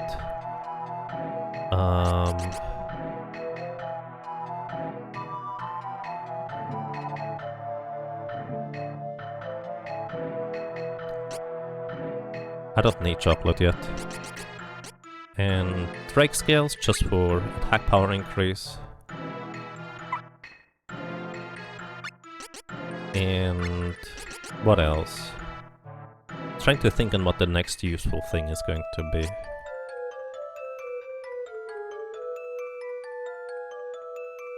I think actually Siren Claw for Wind Element later on, but that's gonna be... Wait, no. Poseidon Claw is more immediate. Alrighty.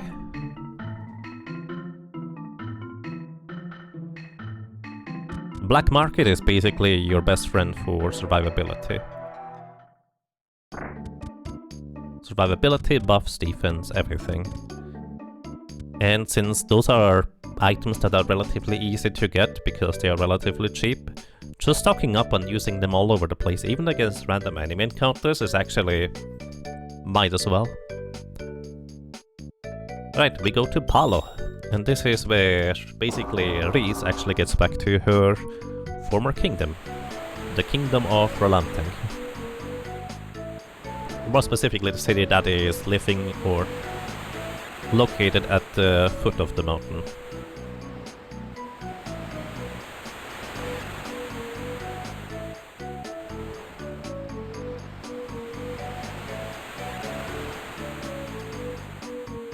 And welcome to Yukio.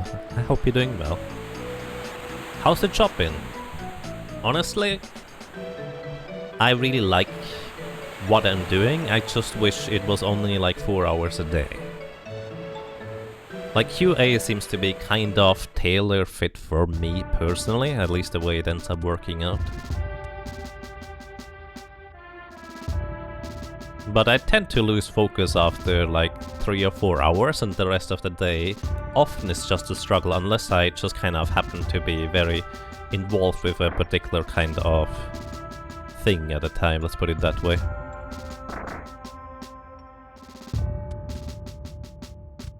Alrighty, I think you could get an armor upgrade here, and I'm more interested in a weapon upgrade for one of my characters. I'm actually gonna give it to Angela, might as well. After we go through this area here, these shops will actually sell an even stronger weapon upgrade.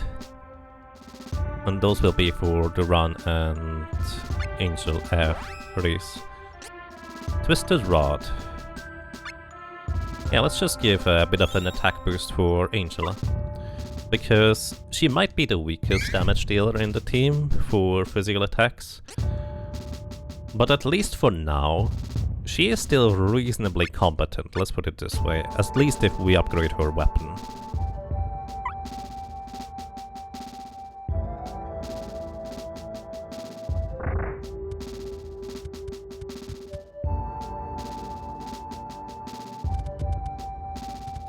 And here, the city at the base of the mountain, you can also see it's basically taken over by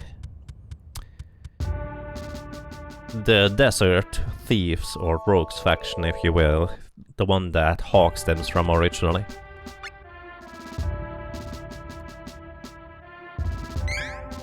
And the music very strongly reflects that kind of hostile takeover as well.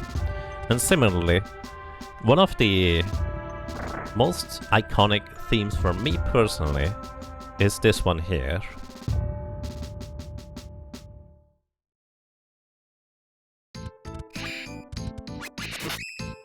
The Path to Heaven, or Heaven's Way, or whatever it's wanna call it. I forget what the song name is called particularly, but it just feels like you have a mountain to climb ahead of you, like the game or the story has just begun. And especially for Reese, just kind of climbing the mountain back up to where she originally stems from is quite the mood, if you will. Ooh, chest. a beak scale. I do believe this one is the one that increases agility. But again, I don't think it does anything. I can actually test it.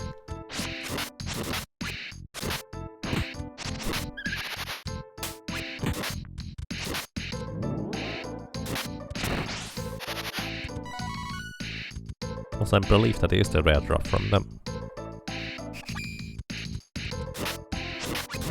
Like, there are songs in many video games where I wouldn't necessarily listen to them much in isolation, but they just set the mood so perfectly for where they are located and how it's going, so to speak, on the character's journeys.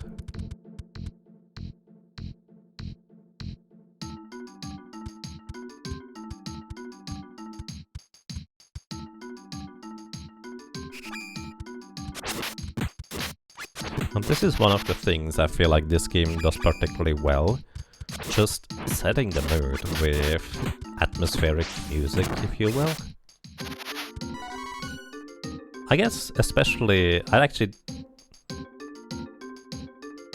well, I will say, most of the RPGs or games in general that I tend to enjoy just have really, really good music soundtracks.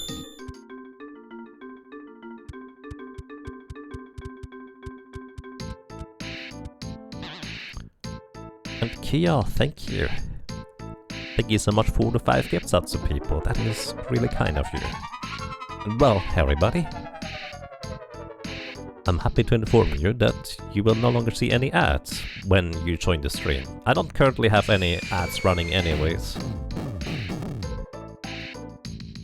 Like, at least not timed ones. So you don't have to worry about those, but it's always nice to be able to just click on a stream and start lurking. At least in my opinion. Alrighty. As we traverse the mountains here, we eventually arrive at this location. So, the story about this here is that, hey,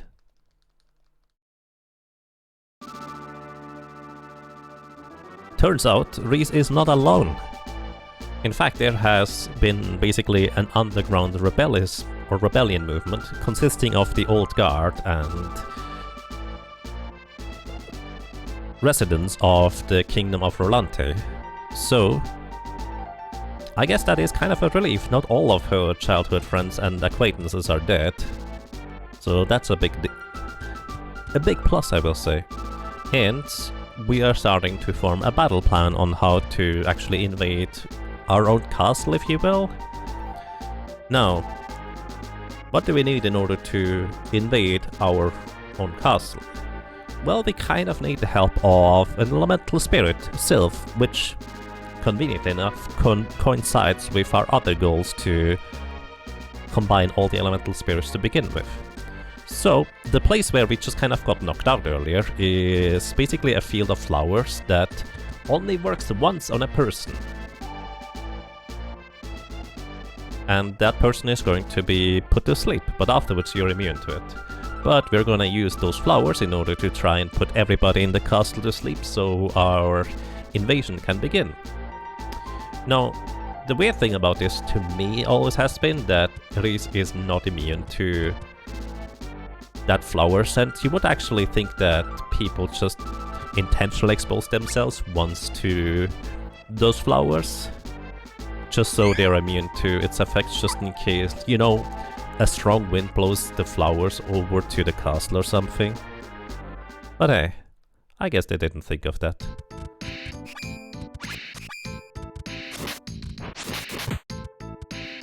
But I guess the thing is, for story-wise this to work, the main reason why we don't need gas masks or anything is because it only ever affects a person once for the sleep flowers.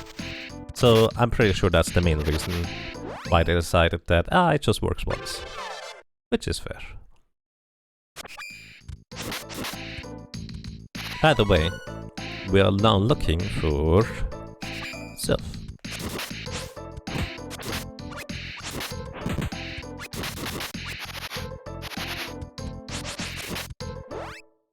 More strength for Duran means he hits like a truck.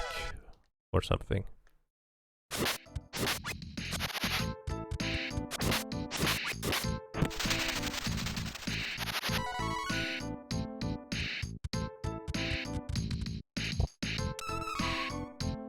More candy.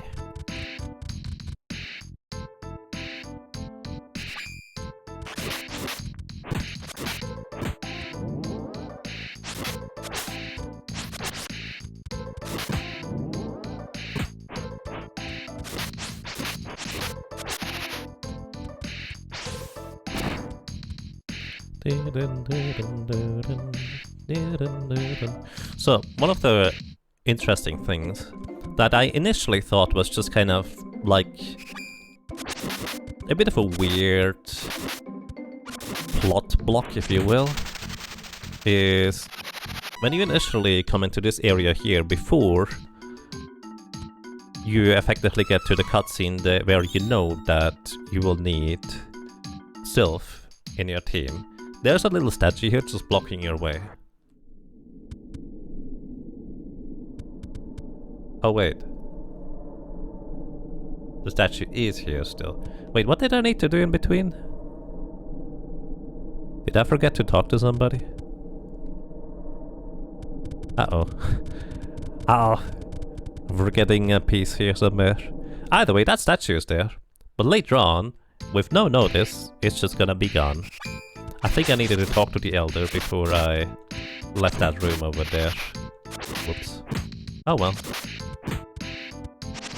That's okay. The sage. Oh yeah, right, there's the entire sage saga in between. I forgot about that. Yeah, you're right.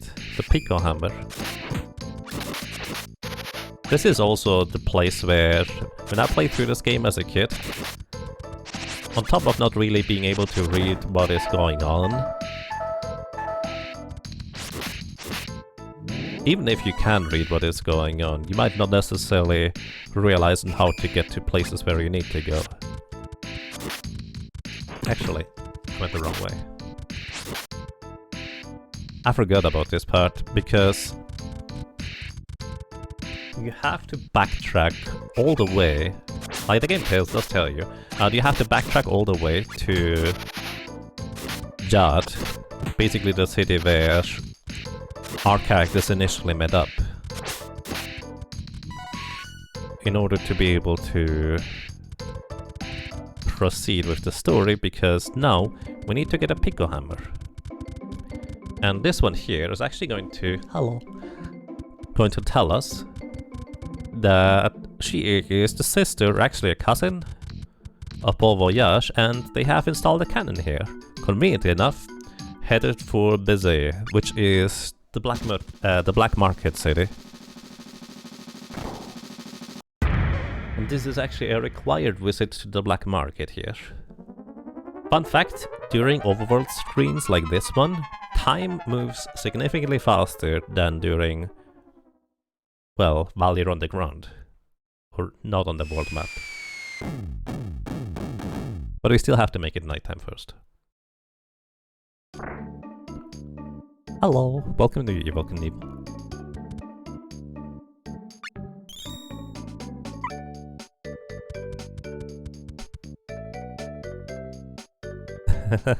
Someone hasn't paid their statue removal bill. Yep.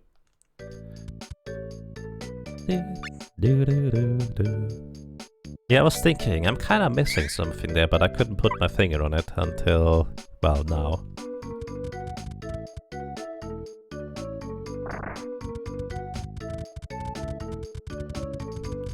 Also, we have some cute emotes, I guess. Those are useful. Especially Grimer. Oh, by the way, you can just watch a dance here if you want to.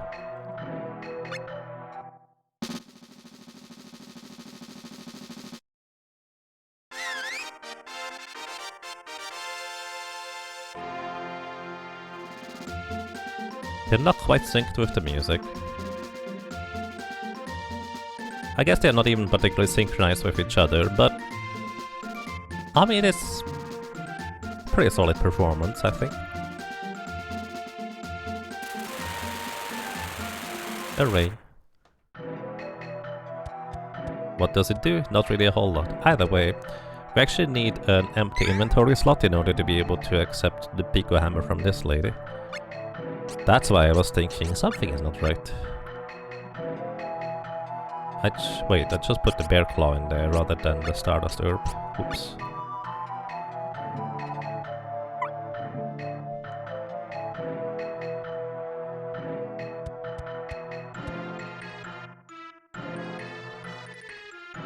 It's harder to script them out of sync than in sync, actually. Yeah, it's true. Alrighty, we have the Mitch Mallet, which allows us to become tiny people. Why do we need to become tiny people?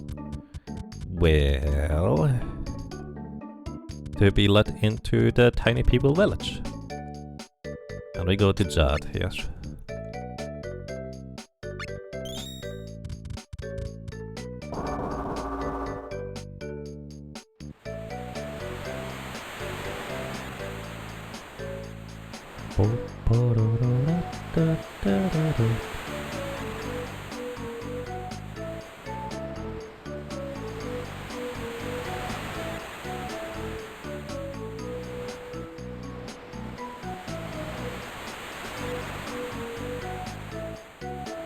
And yeah, actually I was thinking about that too, Profness. It's entirely possible that this just happens to be a quirk of the engine as well, because everything is just kinda delayed.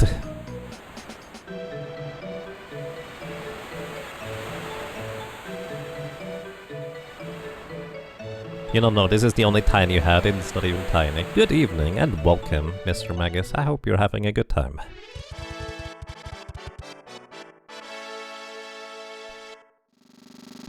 You've been thinking about playing this again as well, but you were faster? Well, as you can see, Reese, Duran and Angela characters are taken now, so you have to grab Charlotte, Kevin and Hawk. So good luck with your team. By the way, I've been playing, enjoying your Might and Magic playthroughs quite a bit, just watching / listening to them on the side while working. Quite nice. You'll take that team. Yeah. You have a debuffer with Hawk if you want to. You have a powerhouse with Kevin if you want to. Actually, no, he's a powerhouse even if you go light, I suppose. And... well, Charlotte is basically your best healing without spending resources character.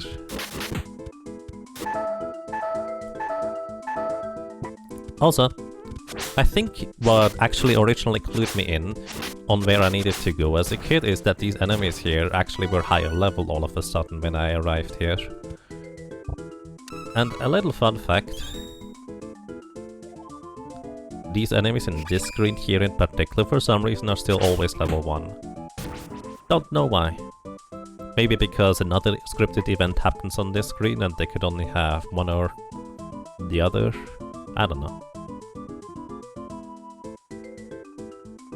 Kevin too strong, yep. Don't wake the sleeping rabbits. Rump.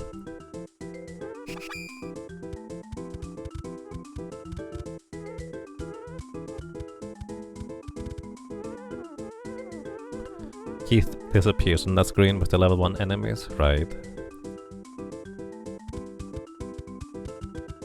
So maybe they can only have 2 scenes or something. Then again, there's also the difference between night and daytime, so maybe there's more than that. And Ultravald, thank you!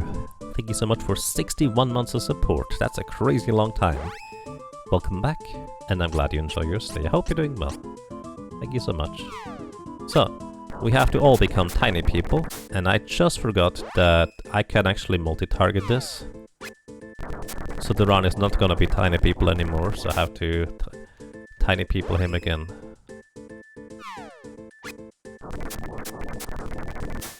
Oh wow, yeah, that's tier 3 as well. Brain kinda skipped over that part. Thank you so much. And you have even the black rabbit and the white rabbit. Romps. Thank you so much. Ah! Question mark, question mark, question mark. Actually, the question marks is what happens when you interact with the statue before you can do anything with it. Alrighty, welcome to Kurappa Woods, and we're looking specifically for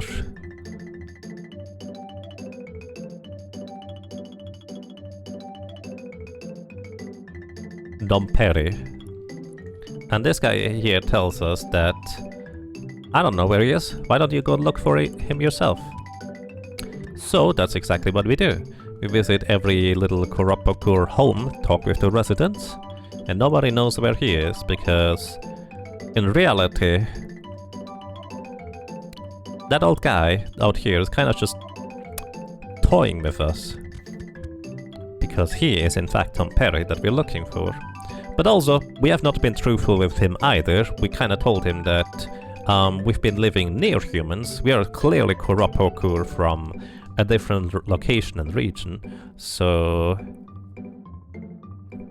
that's why we kinda smell like humans. Of course, the old guy just immediately saw through that lie and is kind of just playing a trick on us. But he also sensed that we have a fairy with us, rather than just being completely random strangers that happen to stumble into this village. So he kind of accepts our intrusion a little bit. Was it here? I missed one somewhere.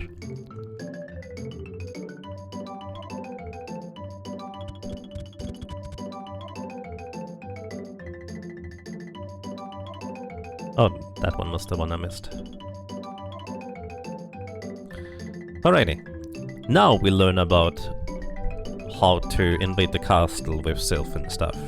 The previous one was more like, we have no idea how to do that, so we should get advice from the sage that is a tiny people person.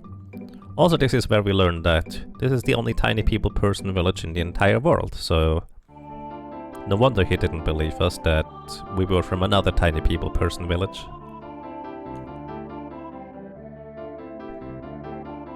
And yeah, I agree, the remake as this town being really nice. I should play through that game again sometime.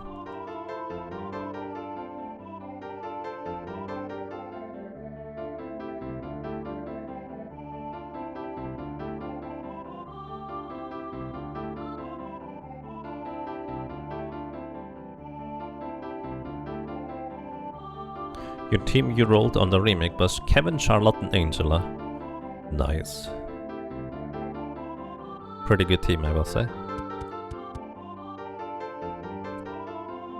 Especially Angela, I will say, or any spellcaster really in the remake, actually is significantly better than the original here. Like, you can still make spellcasters work in this version. It's a bit trickier, but still fine.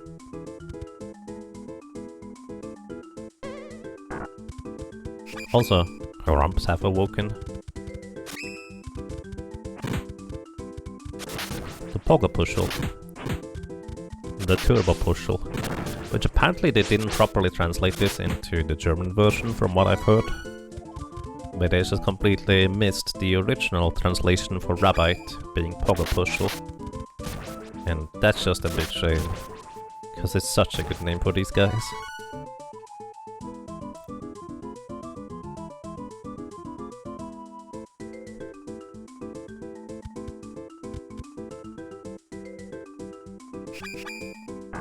You almost felt like the battle system was a step back from Secret of Mana. It felt so squishy in comparison. Yes.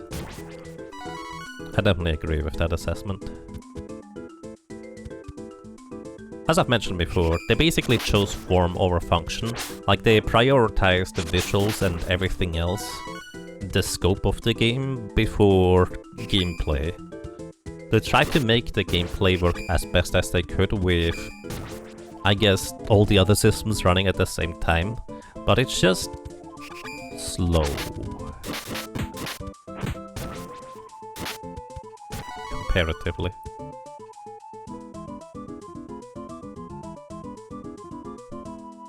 Everything is just slow. Which, again, can be okay.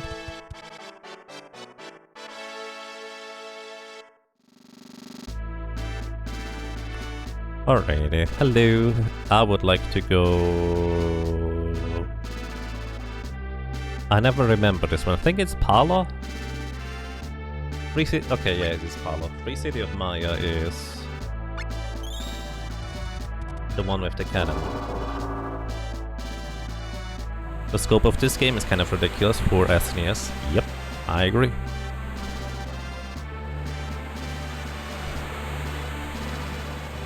I think there's only 2 Super Nintendo games that are comparative in size, which are Star Ocean and Tales of Fantasia, if I'm not mistaken.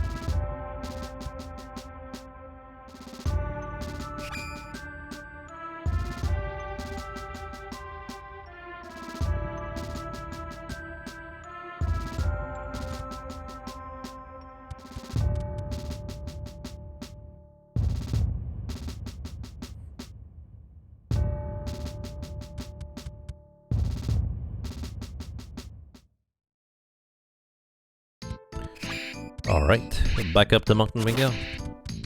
I think, generally speaking, this is one of the earlier areas where people just kind of try to gain a bunch of levels, because especially these bird thingies, they attack really, really quickly, and trying to avoid damage from them is quite difficult at times.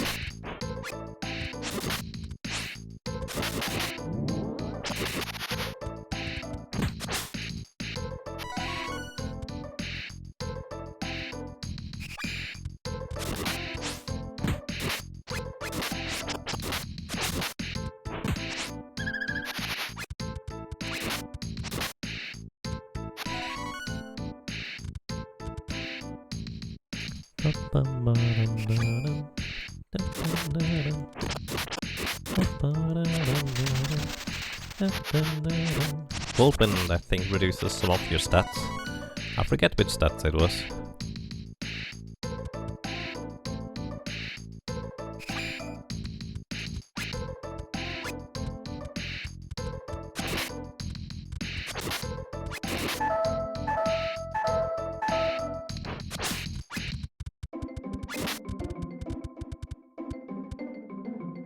Good evening, Hannah Miller, and welcome. How are you doing today? Also, I only just recently saw that you actually got a new record in Tales of Fantasia. I think it's still a few weeks ago now, but still congratulations. I haven't watched the entire run, but I'm curious whether there's like any new techniques you implemented. Or just better routing slash gameplay than me.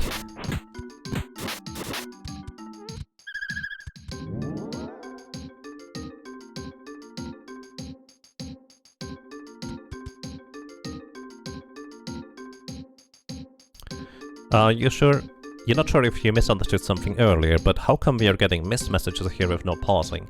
That's because...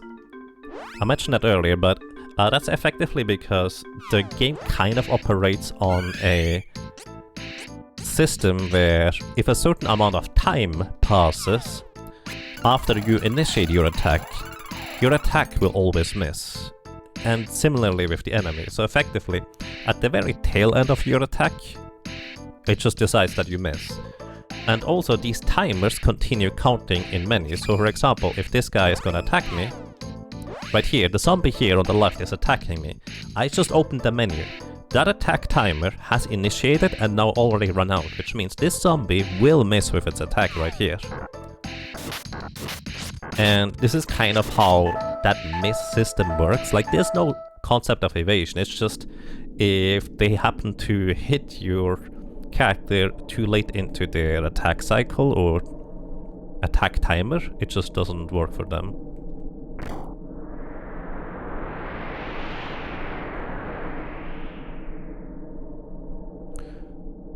You're playing the remake right now. I just did the SNES version? Nice. I kind of weirdly remember the remake Senker, or whatever they call her here, the big harpy, being actually kind of tricky.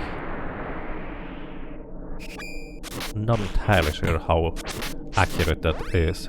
Also, this is one of the few places where I actually will say that casting spells is actually quite decent. These imps are weak to light magic, and by the way, the cast time is the same as the other timer I just mentioned. Basically, I start casting if Angela here, and then I open the menu again. Right now, Angela would need to spend like 1 or 2 seconds casting the spell, but because I'm in the menu, those 1 or 2 seconds have now passed, they do not pause. So she basically instantly releases the spell, and because the imp enemies are weak to light, she actually one-shots them at this stage, I think. That's pretty good, actually.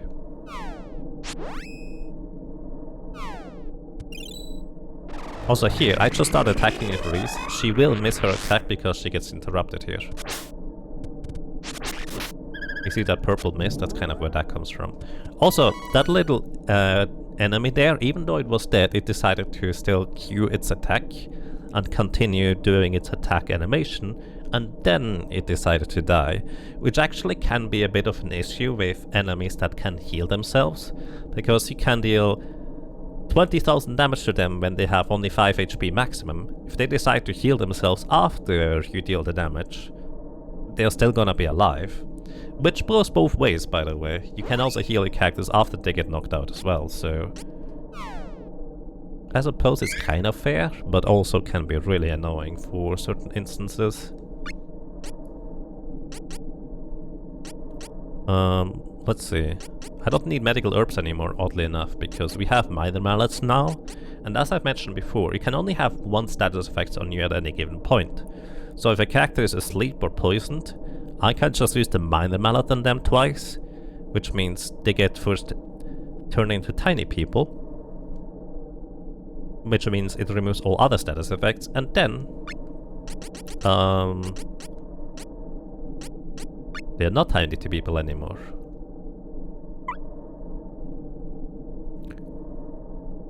Oh, Harsipete in the official, right, that's what it was. Or Harsipete.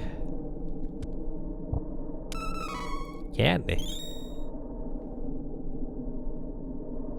Favorite bosses in this game? I imagine because of the soundtrack for High Tension Wire, because that's a really good track. You just got your first class upgrades and decided to take a little break for the day? Nice. Yeah, I remember when I originally played this game, this is where I got my first class upgrade as well. Right now I'm way far away from a level up, or level 16, 18, I forget what it is. I'm way far away from being able to level up here. But because I did not know where I was going in the original, what's the big going? I'm not playing it. I'm not fighting these knights. I'll explain in a second why. Either way, this is also where I ended up just kind of leveling up to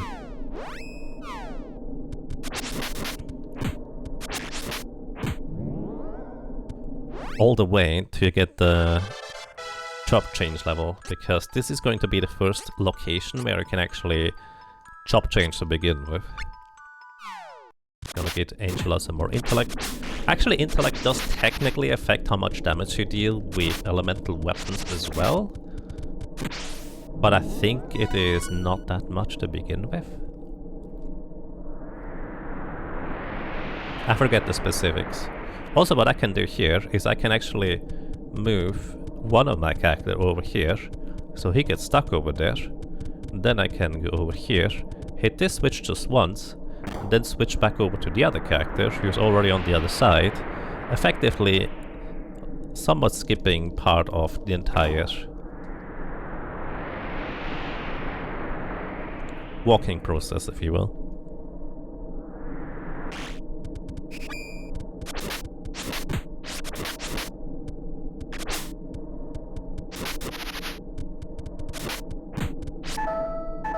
Even agility boosts some of the damage of items. They do? Interesting. This is real sketchy fighting this guy.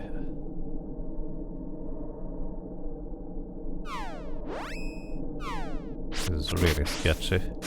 This guy at more or less any point can decide to just do his whirlwind attack, which deals damage to your entire party, and it's a ridiculous amount of damage. It's really not balanced well, honestly. Like, I can just straight up wipe my entire party right here, because I'm not particularly high level. And it deals so much damage. Especially physical damage, unless I increase my defense with Drake scales. He just wipes me. Oh, I forgot to mention the statue at the beginning of this area here. That statue is just seemingly randomly gone. But it actually kinda makes sense, because we have another invader here that is actually taking advantage of both the Mana Stone as well as Sylph as the elemental spirit, abusing its power, so to speak. And presumably that is the guy that removed the barrier at the entry passage.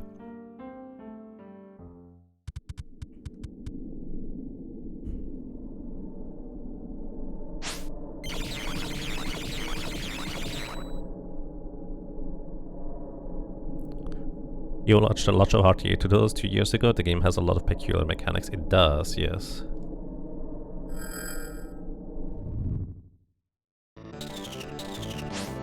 Welcome to Harsipity.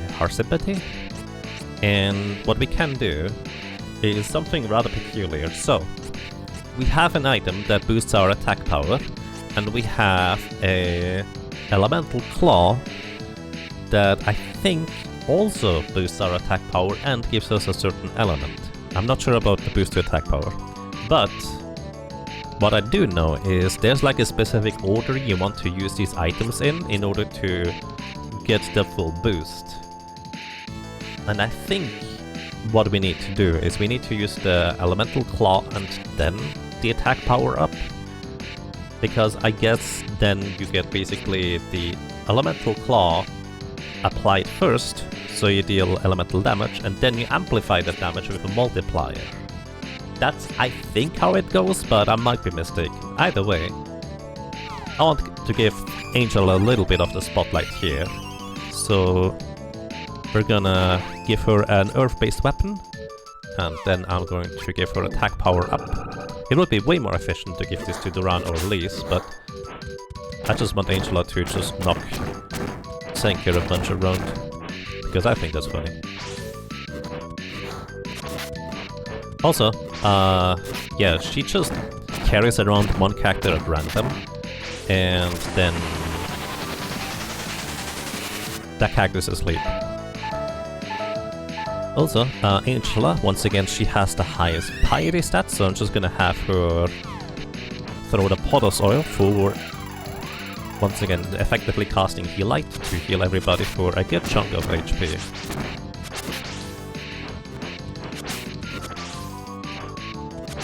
Also, you're not supposed to be able to hit her while she is up there, but sometimes you can do that anyways.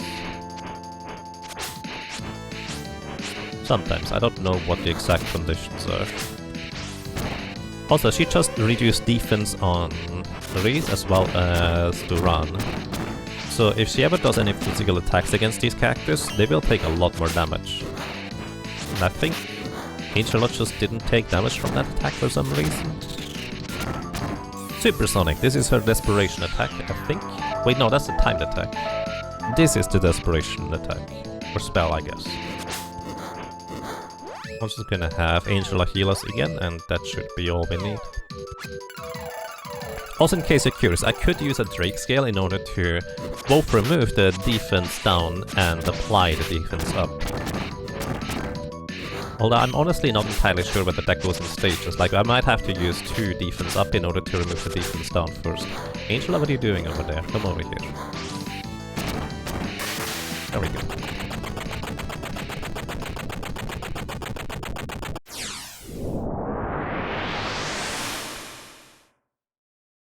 Oh wait, I actually completely missed that earlier. Heider Miller, thank you so much for 44 months of support. Welcome back, and I'm glad you enjoy your stay. hope you're doing well. The Tales of Fantasia route is pretty much the same, just minor optimization and quicker menus. That makes sense. In my runs there's been a lot of hesitation and needing to read notes in order to remember what to do. Do I got dexterity? I got dexterity. And for you, you just get more stamina. Classic fighter.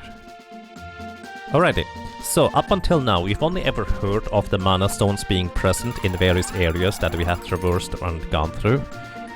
But you've actually never gotten to interact with any of these mana stones until now. These mana stones effectively can unleash our power if we are ready. Being ready means we need to be level 16 or 18. Again, I never remember. But once we are high enough level, we will be able to change top class. And also, I forgot. This is too far. In order to get back to the entrance of the dungeon, we just use a magic rope. But you can only use this inside. The other area counts as outside, so... Instant Wind Phalanx drop, nice.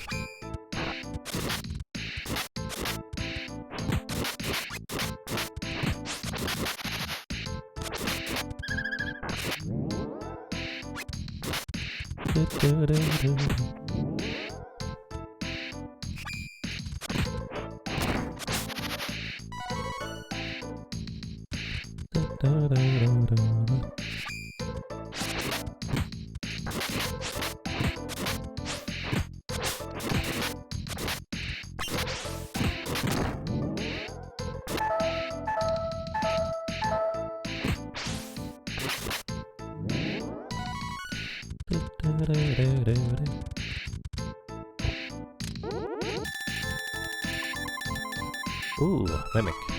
Alright, so Mimics, or Polterboxes in this case, they have a lot of defense. Like a lot of defense. And also, fun fact, while Angela is casting a spell, she cannot die. So the Mimic can hit her and reduce her HP to effectively 0. But I can heal her before she gets basically the spell off, and then she would still survive in the end. Kind of a funny system that way.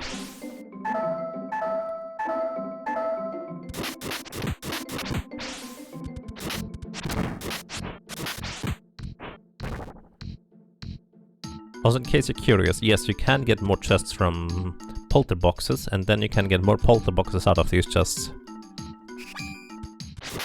It's an infinite cycle.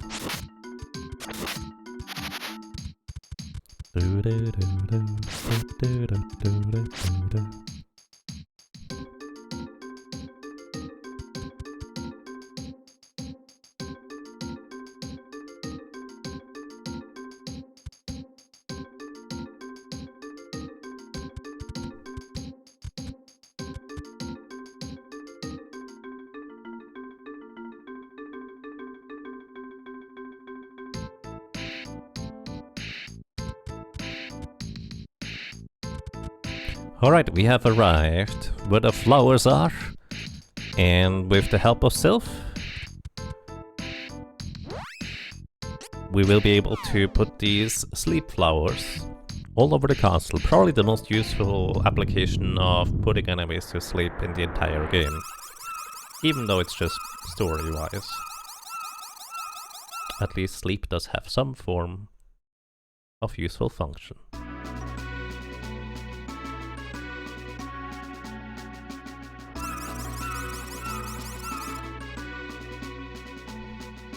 Meow, meow, meow, meow, meow, meow, meow.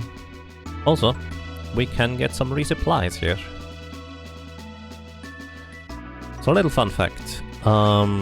These two barrels at the bottom here, they heal, they give us 3 cups of wishes and up to 9 candy.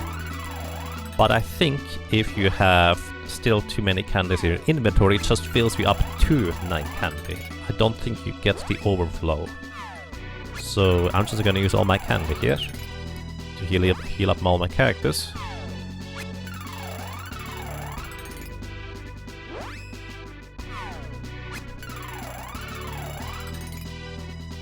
then we pick up the barrels. Candies and cups of wishes. By the way, I haven't used a single cups of wishes so far. It's just not all that necessary for the most part, especially since you cactus revive in between screen transitions. Can I go? No, that's the wrong place. I need to go right side.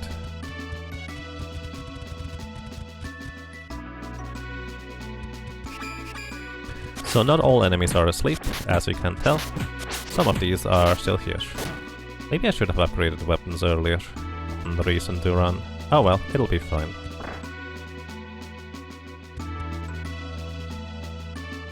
There are monsters here, everyone be on guard! And yeah, what we're doing here is we're just gonna go. I don't wanna fight the knights. As I said, they have an unavoidable area of effect attack. Also, welcome, this is the first time we see Hawk, I believe. Again, Hawk's and Lisa's fate are heavily intertwined. Because Hawk is effectively of the faction that invaded and took over Volante, but... well, he's definitely not part of the brainwashed soldiers, so he's trying to stop this madness as well.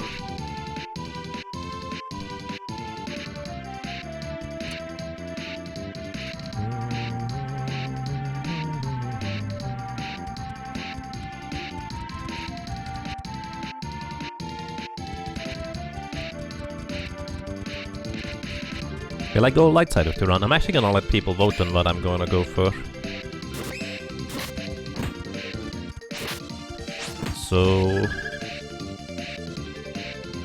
let me know. I'm not even sure we're going to get the second job classes, to be honest, because that's a lot of level grinding.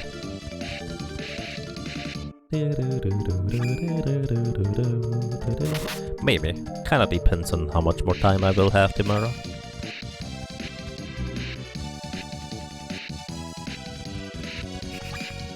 So these swords here are actually kind of easy to knock out and give a decent amount of experience.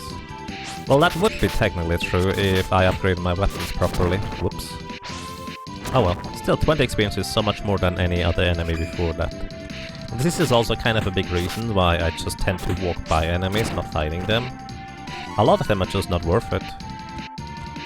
Is that elemental saber? A mystery seed. I don't actually know the drop table of the various seeds, for the most part.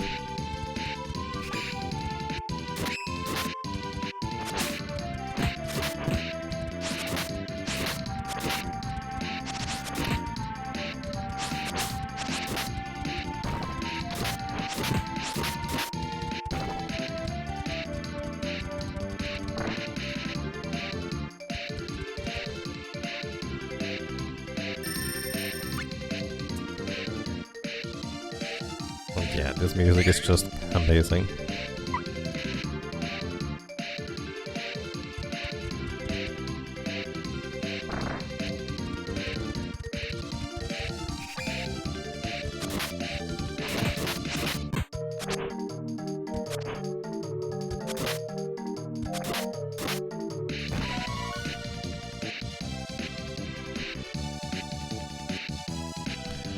Alrighty, and let me check my inventory real quick. We have enough bullet scales and some Poseidon claws.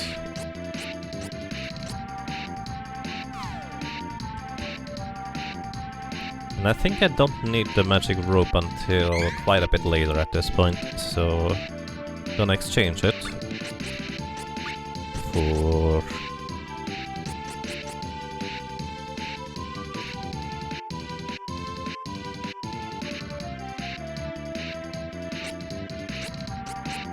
medical herbs? I guess I could have bought some ice coins. That would be one of the most useful applications of magic in this game. Either way, welcome to one of the more dangerous and annoying boss fights. Zenoa. So, Zenoa, by itself, is not that big of a deal. The problem is his two minions. And oh boy, they can be problems. So, the minions are shapeshifters. They will take on various random enemy forms. And while Zenoa itself is weak to water or ice, I suppose, his minions can randomly shift into enemies that are completely immune to ice.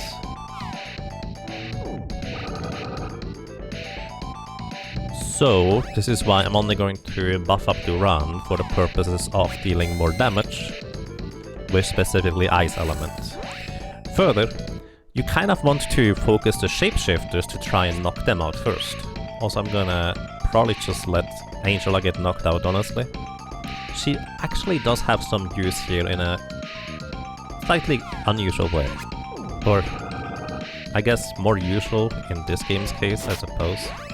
Either way, gonna buff up the strength and defenses of both Duran and Reese here, so they take less damage. And remember when I said that some enemies decide to just heal themselves even though they're supposed to die? Yeah, this is pretty much why. These enemies here, the shapeshifters don't have directly a healing spell per se, but what they do have is they're supposed to die when they take enough damage. But they can't die while another action is executing. So sometimes you want to actually open the menu here to give the game time to catch up on battle calculations to realize, oh wait, that enemy is supposed to be dead, so let me trigger the death event. Because otherwise, because they basically regain all their HP whenever they shapeshift, they can just shapeshift forever and you can't kill them if they just decide to be like that. It's actually quite annoying, to say the least. Also, as you can see, Duran deals 57 damage. Unfortunately, him getting Pygmy there is less than ideal. I don't remember whether this removes his elemental attacks. I think it does not. No, it's still dealing really good damage. But also, depending on where you are in the attack cycle, Senua just decides to summon more minions. So even though we defeated one, the thing is just straight up back. And also, whenever there is that type or that text on the screen that tells you which spell the enemy is going to cast, like this Solving Wave here for example, it can go up to 3 or 4 or 5 seconds until you can actually operate the menu in order to be able to heal your characters. Also, I'm pretty sure that guy over there just died because I opened the menu. So yeah, this is more of a really annoying boss fight, and I have to say, this is one of my favorite boss fights in the remake. Like, it's really, really well done. And I enjoyed it quite a bit. But this one here is just a mess, honestly. Like, when you actually manage to defeat both shapeshifters and just get to wail on Senua itself, it's easy. But everything along the way can just be so randomly slow that it can be a bit of a pain. And to top it all off... Oh, we get 8 dexterity, perfect. To top it all off, we also...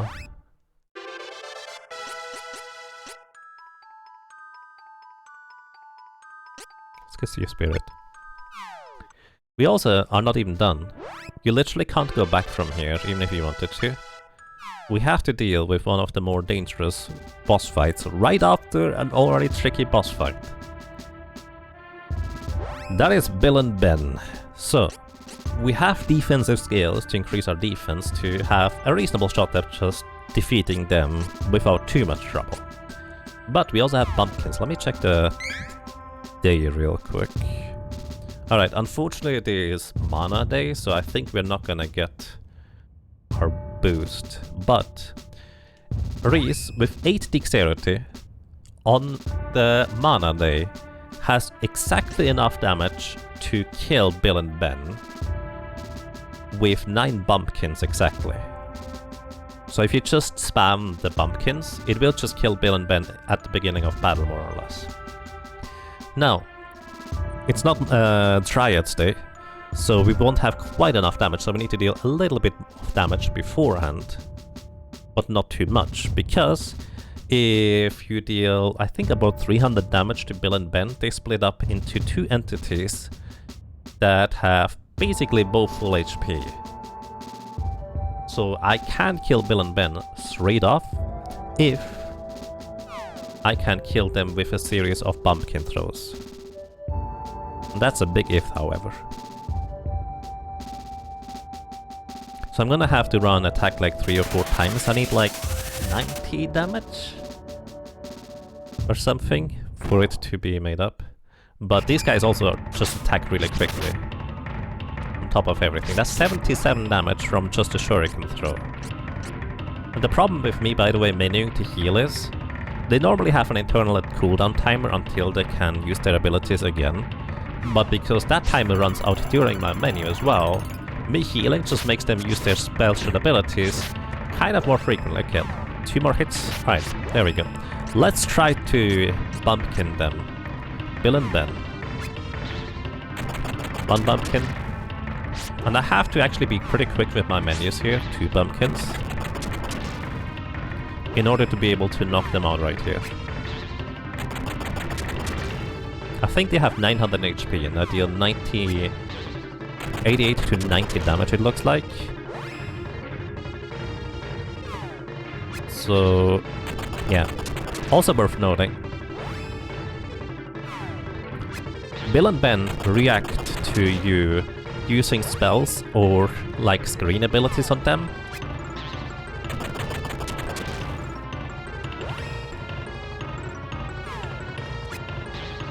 By counterattacking. And this is kind of where a lot of the later abilities are just unfortunate in the sense that they are going to get countered.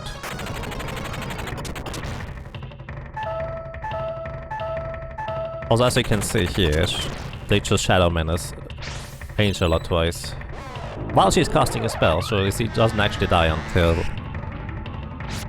they're gone. Okay, we skipped phase 2 with them splitting up.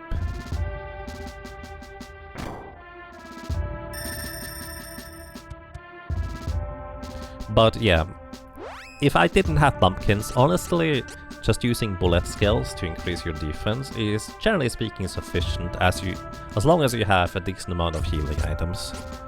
It's a bit awkward because, as I said, the more you heal, the more opportunity you get to use their special attacks. But if you don't heal, the special or their attacks is just gonna knock you out, so it's a weird balancing act. Halloween party, yep.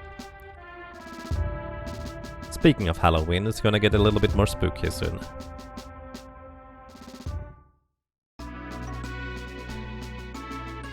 Alrighty, we managed to take back Volante from the clutches of the rogues, if you will. And Reese kind of is supposed to stay here in order to take care of her kingdom because, well, she is the heir to the throne at this point. But also, she really wants to try and fight Elliot. Plus, on top of that, she is the chosen one of Mana to try and restore balance to, you know, Mana. So we kind of need to continue journeying anyways. Alrighty. Good luck to us, I guess, on that end.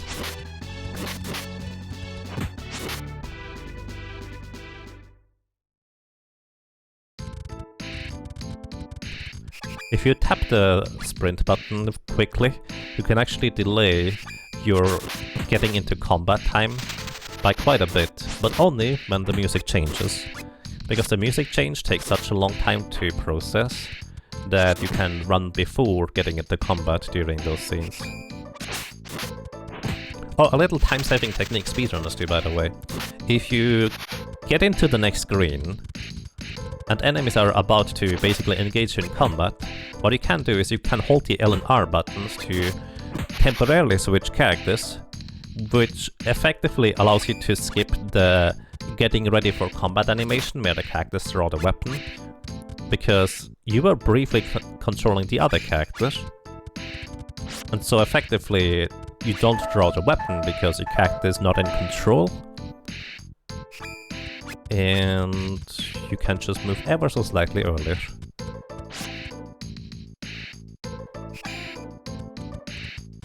I just did that a few times here. I may or may not pay attention to that in the future.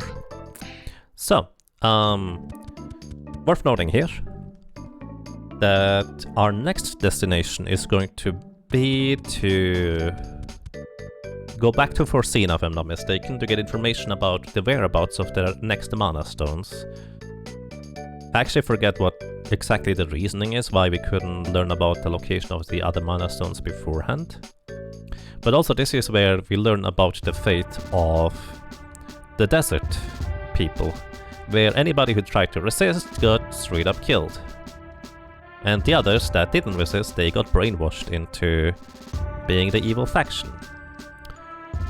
So that's the short version of that conundrum. Again, the evil factions are basically taken over by a coup, brainwashing, possessing, misdirection.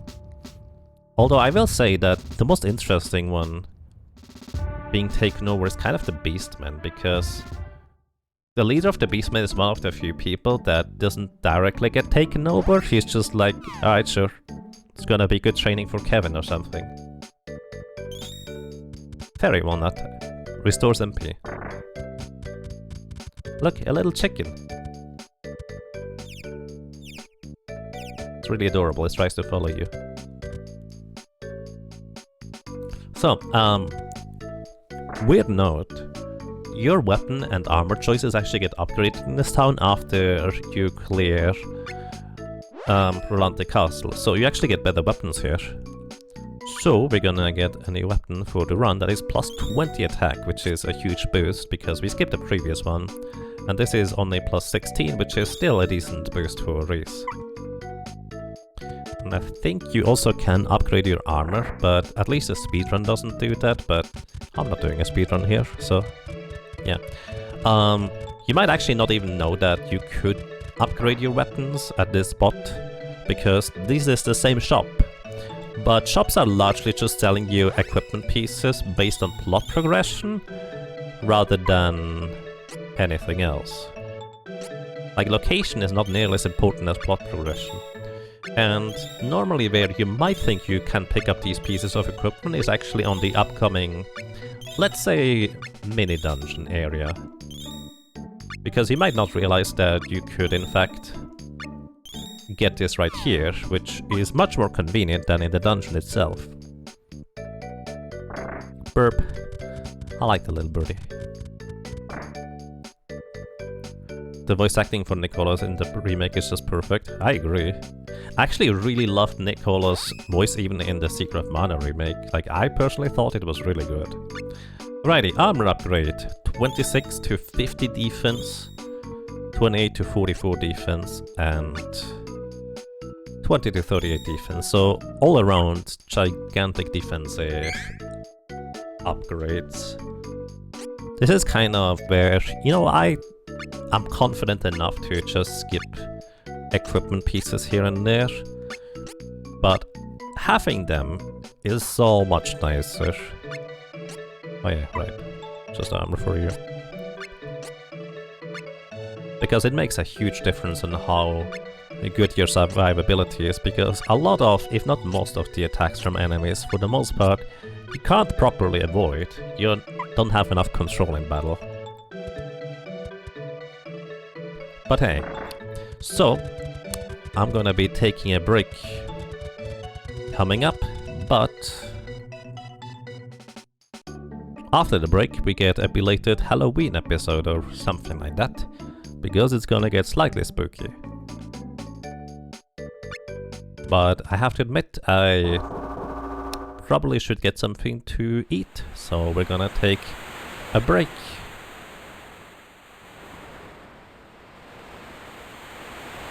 Once we arrive, I'm gonna let you watch the cutscene first.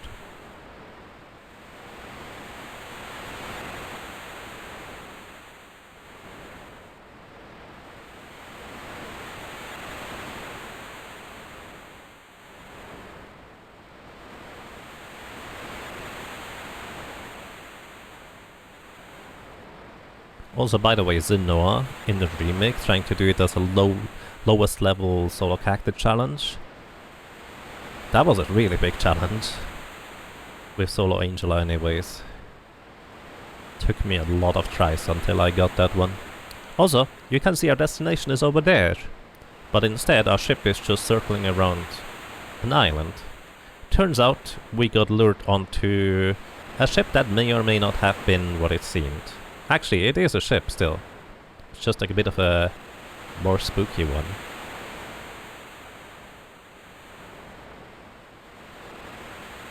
Why was it in the port? I don't know, but the ride was free, so that is kind of a plus. And also, one of the best 16-bit sound effects coming up.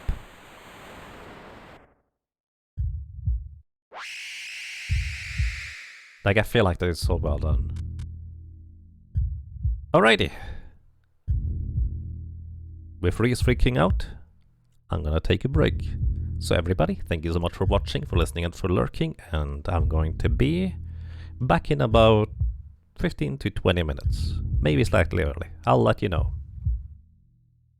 Break time.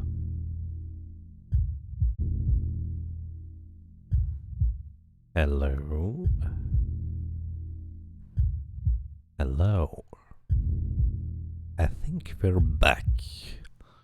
I hope I remember to cut out the breaks and the highlight. Then for you it might have just been a second. But for the others here, it was a few minutes of just boom, boom, boom, boom, boom. Let's explore the ship. There's definitely something wrong with this boat. I think that's a fine way to put it. Everything looks a little bit dilapidated, although maybe that's normal in this universe and I just did not notice it before, or it is new. Who knows? More screaming. And we are indeed aboard the ghost ship.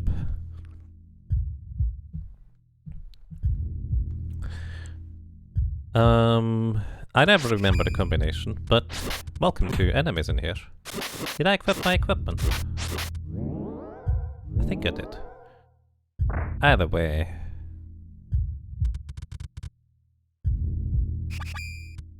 Let's see. Oh, by the way, if you are trying to use your spells a little bit, this is one of the best locations for Angela to be able to use spells. All of these enemies here are weak to light, and she effectively one-shots them at this point usually. Like, it's actually one of the best places to just use light spells, or throw coins for that matter. Light coins specifically. Nice, that zombie or ghoul is going to miss.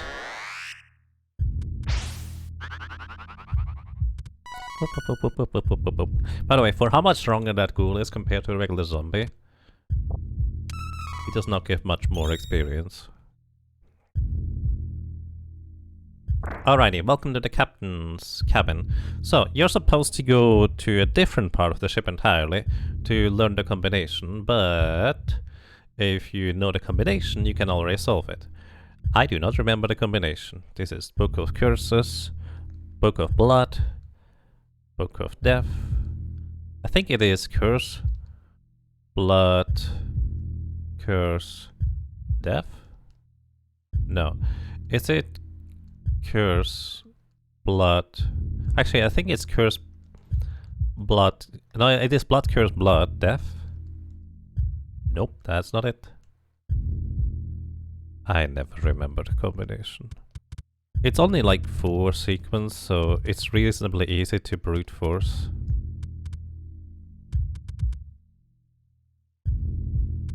It's never the same twice in a row either. Ah, there it is. It's Book of Death and something. Alrighty, so we're gonna interact with the logbook here with Angela, because effectively... Oh no, we need to talk with this guy with Angela. Effectively, whoever you talk with this guy for, that character is going to be briefly,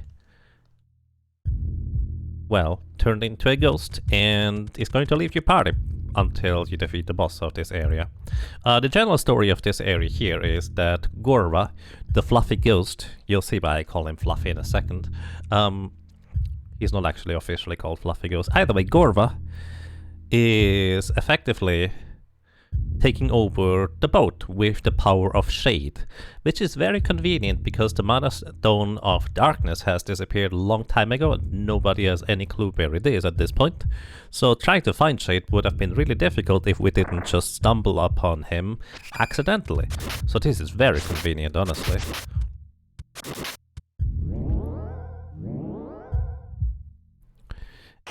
And that's kind of the main thing I have to say about this area, honestly.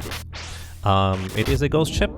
There are actually vendors and also even sleeping opportunities in these little cabin doors. In order for you to access them, however, you need to defeat all enemies in the room, which these enemies deal a lot of damage. And if you didn't upgrade your equipment just before coming here, because you know, it was the same shop, you might not have realized that it in fact did upgrade the equipment that you could purchase there. Trying to get these cabins cleared out to be able to buy the next tier of equipment, or even being able to afford it for money, is actually quite a bit of a challenge at times. Gonna briefly switch screens just so Duran is no longer poisoned. Also, these guys on the left here, I believe, only spawn when it's daytime. So day and nights actually does matter still. But yeah. So, this door on the left here was not open before, and this is the one that tells you the thing.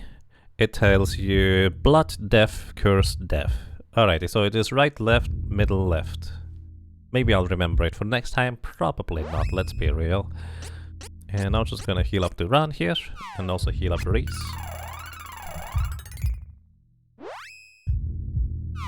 Although I guess the ship continues slightly further still. But yeah, the story of the other guy that occupied the ghost spot is... Also, by the way, you can interact with this. The fog is too dense to see anything. Ooh. Was something looking through the window? Maybe. Either way, the story of the guy inhabiting the ship previously was... He was a paranormal researcher, and you could actually meet him in Bizet, the city with the black market in it. And he will tell you that his lifelong wish is to actually go and visit the ghost ship he heard so much about. And I would like to point out that he did in fact succeed on visiting the ghost ship. So, hooray for that guy, I suppose. And he tells you that, well, it is actually a lot of fun to just be a ghost, but here, you have a tractor, and which is how he transformed Angela into a ghost. Can't interact with these windows here. Alrighty. Welcome to my ship of wandering souls. There is only one way to free me. Okay, it's called Gorva, I guess? You speak to light, but the only way you can get light elemental saber here is... But actually, I don't think you can. You can throw light coins at him. But I think our best option right here is to just improve our attack power and then just start hitting him. He likes to get out of range frequently if, well, you're unlucky, I guess. This is a physical attack that also inflicts silence. Dispel magic on Reese is fine because I did not buff her, so Duran still has all the weapon boosts. We're getting lucky here with Gorva deciding to be at the ground floor where we can actually hit him.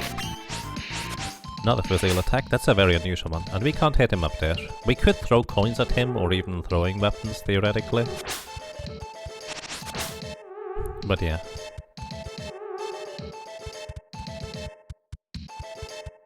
We're getting reasonably lucky with him not using too many of his spells. I think this is the timed spell that he does after a certain amount of time elapses.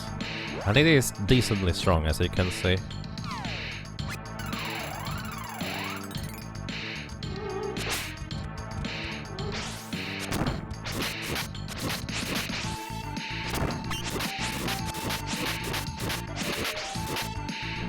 Evil Groot. Just a regular spell. This is the tier 1 dark magic spell. Angela will be able to learn this as well. The higher your piety is, the less damage he does. Actually, I think that might have been the desperation spell. But yeah, our damage output is really good if we can hit the target. You won! And here we find Shade. I kind of spoiled it, I suppose. Also, Angela is free, so welcome back. She does not gain any experience from this battle or the enemies we have defeated in between, so that's kind of part of the reason why I don't like to linger on this area, because otherwise one character will fall quite far behind in terms of experience. And Angela gets knocked out frequently already anyway, so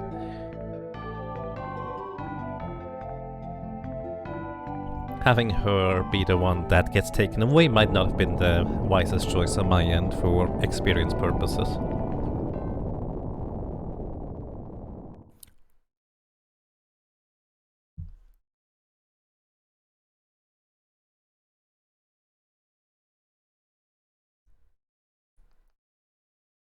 Why did you choose these 3 characters this time? I'll let people vote on who they would like to see. And these are the top 3 choices, with Reese basically being the first one, which is why we picked her storyline. But I haven't decided on which character jobs we're going to go for, so people will probably be able to vote for that once we get to it. Look at this majestic guy. I like him. He's great. What's that? That is Buskaboo. I forget what they call him in the official translation. But he is amazing. I love him.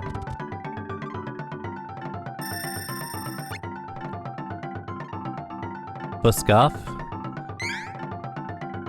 Actually, yeah, that's a pretty decent translation. Like Buskaboo or Buskav.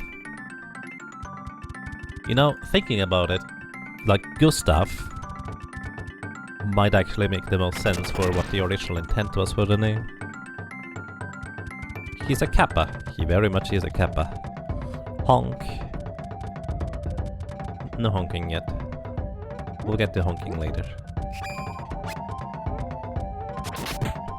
So these dark priests here, they like to cast spells on you.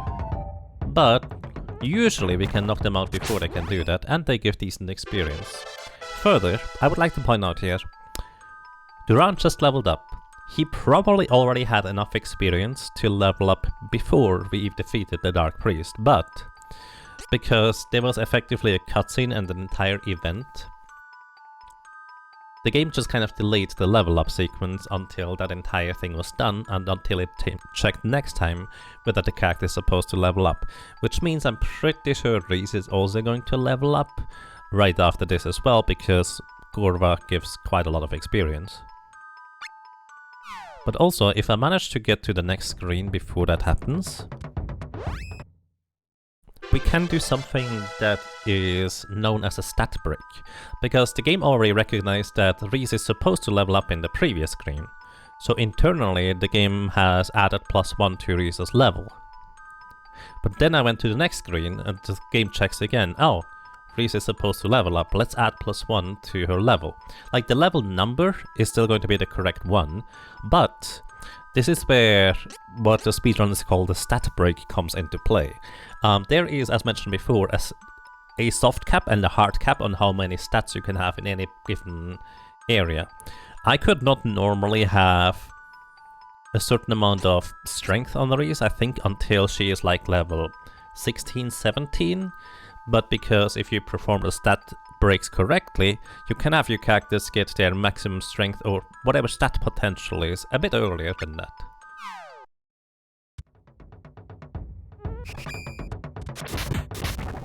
In this case, I don't think it actually may have made any difference for Reese. I actually don't know the specific numbers for what the soft caps are for which level threshold.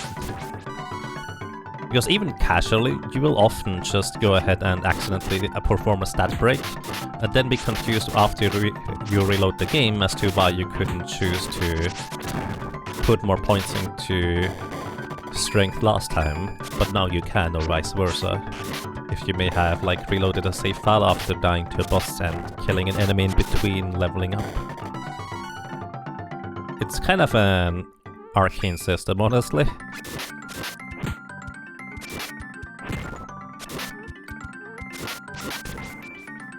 Also, enemies do not have the same spellcasting invulnerability that your characters have. So if you manage to deplete their HP to 0 before their spell gets fully casted, you will be able to interrupt their spellcast by just killing them, which is kind of nice, working in the player's favor. Also, this statue here counts as a healing statue and saving place. I think I've seen a bunch of casual players just walk by this statue without realizing that. And there has not been a save point in a long time if you don't realize that.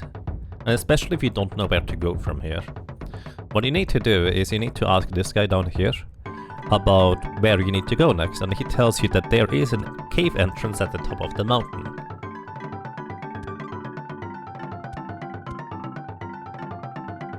Also, they do actually provide some more equipment to buy if you want to do that. It is a decent attack power increase, and you know what, I'm just gonna buy that for Duran and Reese. I'm not gonna worry about upgrading equipment or defense, because I think that's quite fine. Good afternoon, Bland Umpire, and welcome. I hope you're doing well. 73 attack power, and Duran gets 79. A decent upgrade. You're doing well, that's nice. One of these also has like regular items for sale. Forget which this one it is. Candies at this point are actually not particularly good anymore, so I might just use only chocolate at this point, I think. Because 100 HP at this point in the game is really not that great anymore.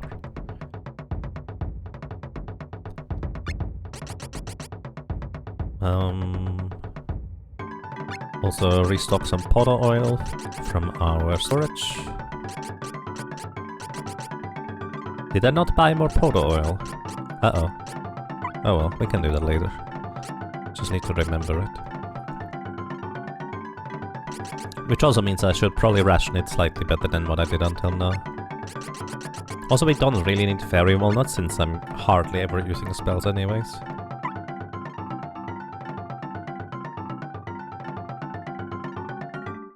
Do I have any favorite character? My favorite character is probably Reese. Because I like supportive characters that are not just purely healing. That have a bit of trickery up their sleeves, and well, I think Reese is just kind of the character I like the most, because also she has, in my opinion, the best weapon. I love spears.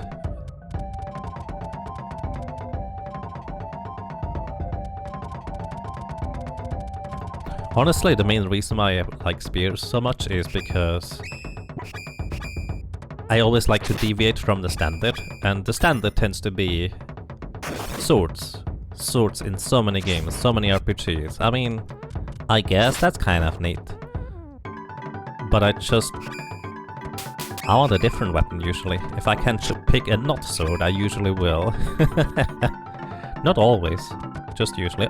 Oh, I think we're having a bit of latency. I'm gonna wait here.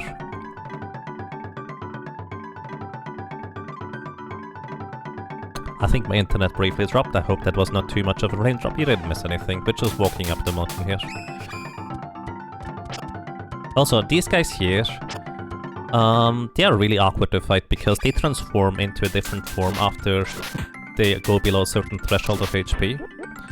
And effectively, they only give you experience once, but they have twice the HP, because they heal back to full after they transform, so Bit awkward. Either way, this is the rock that I was referring to quite a bit earlier, where as a kid, this is also a place where I've seen a lot of people just struggle to try and find where to go next. You have to interact with this rock.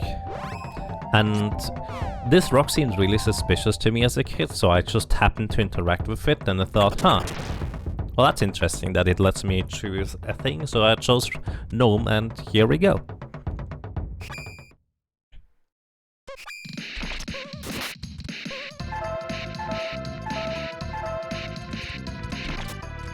Alrighty, welcome to this place. I'm gonna ignore most enemy encounters in here until we get to the ones that I have to fight effectively.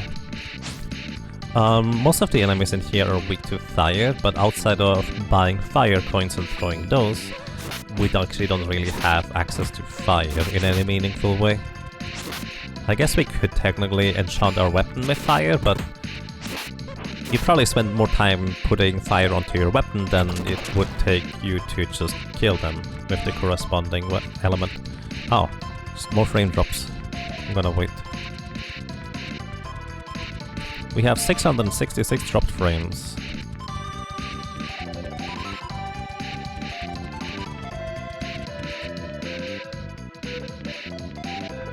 Gonna wait until the internet calms down. I actually don't know if it's the internet or if it's something else.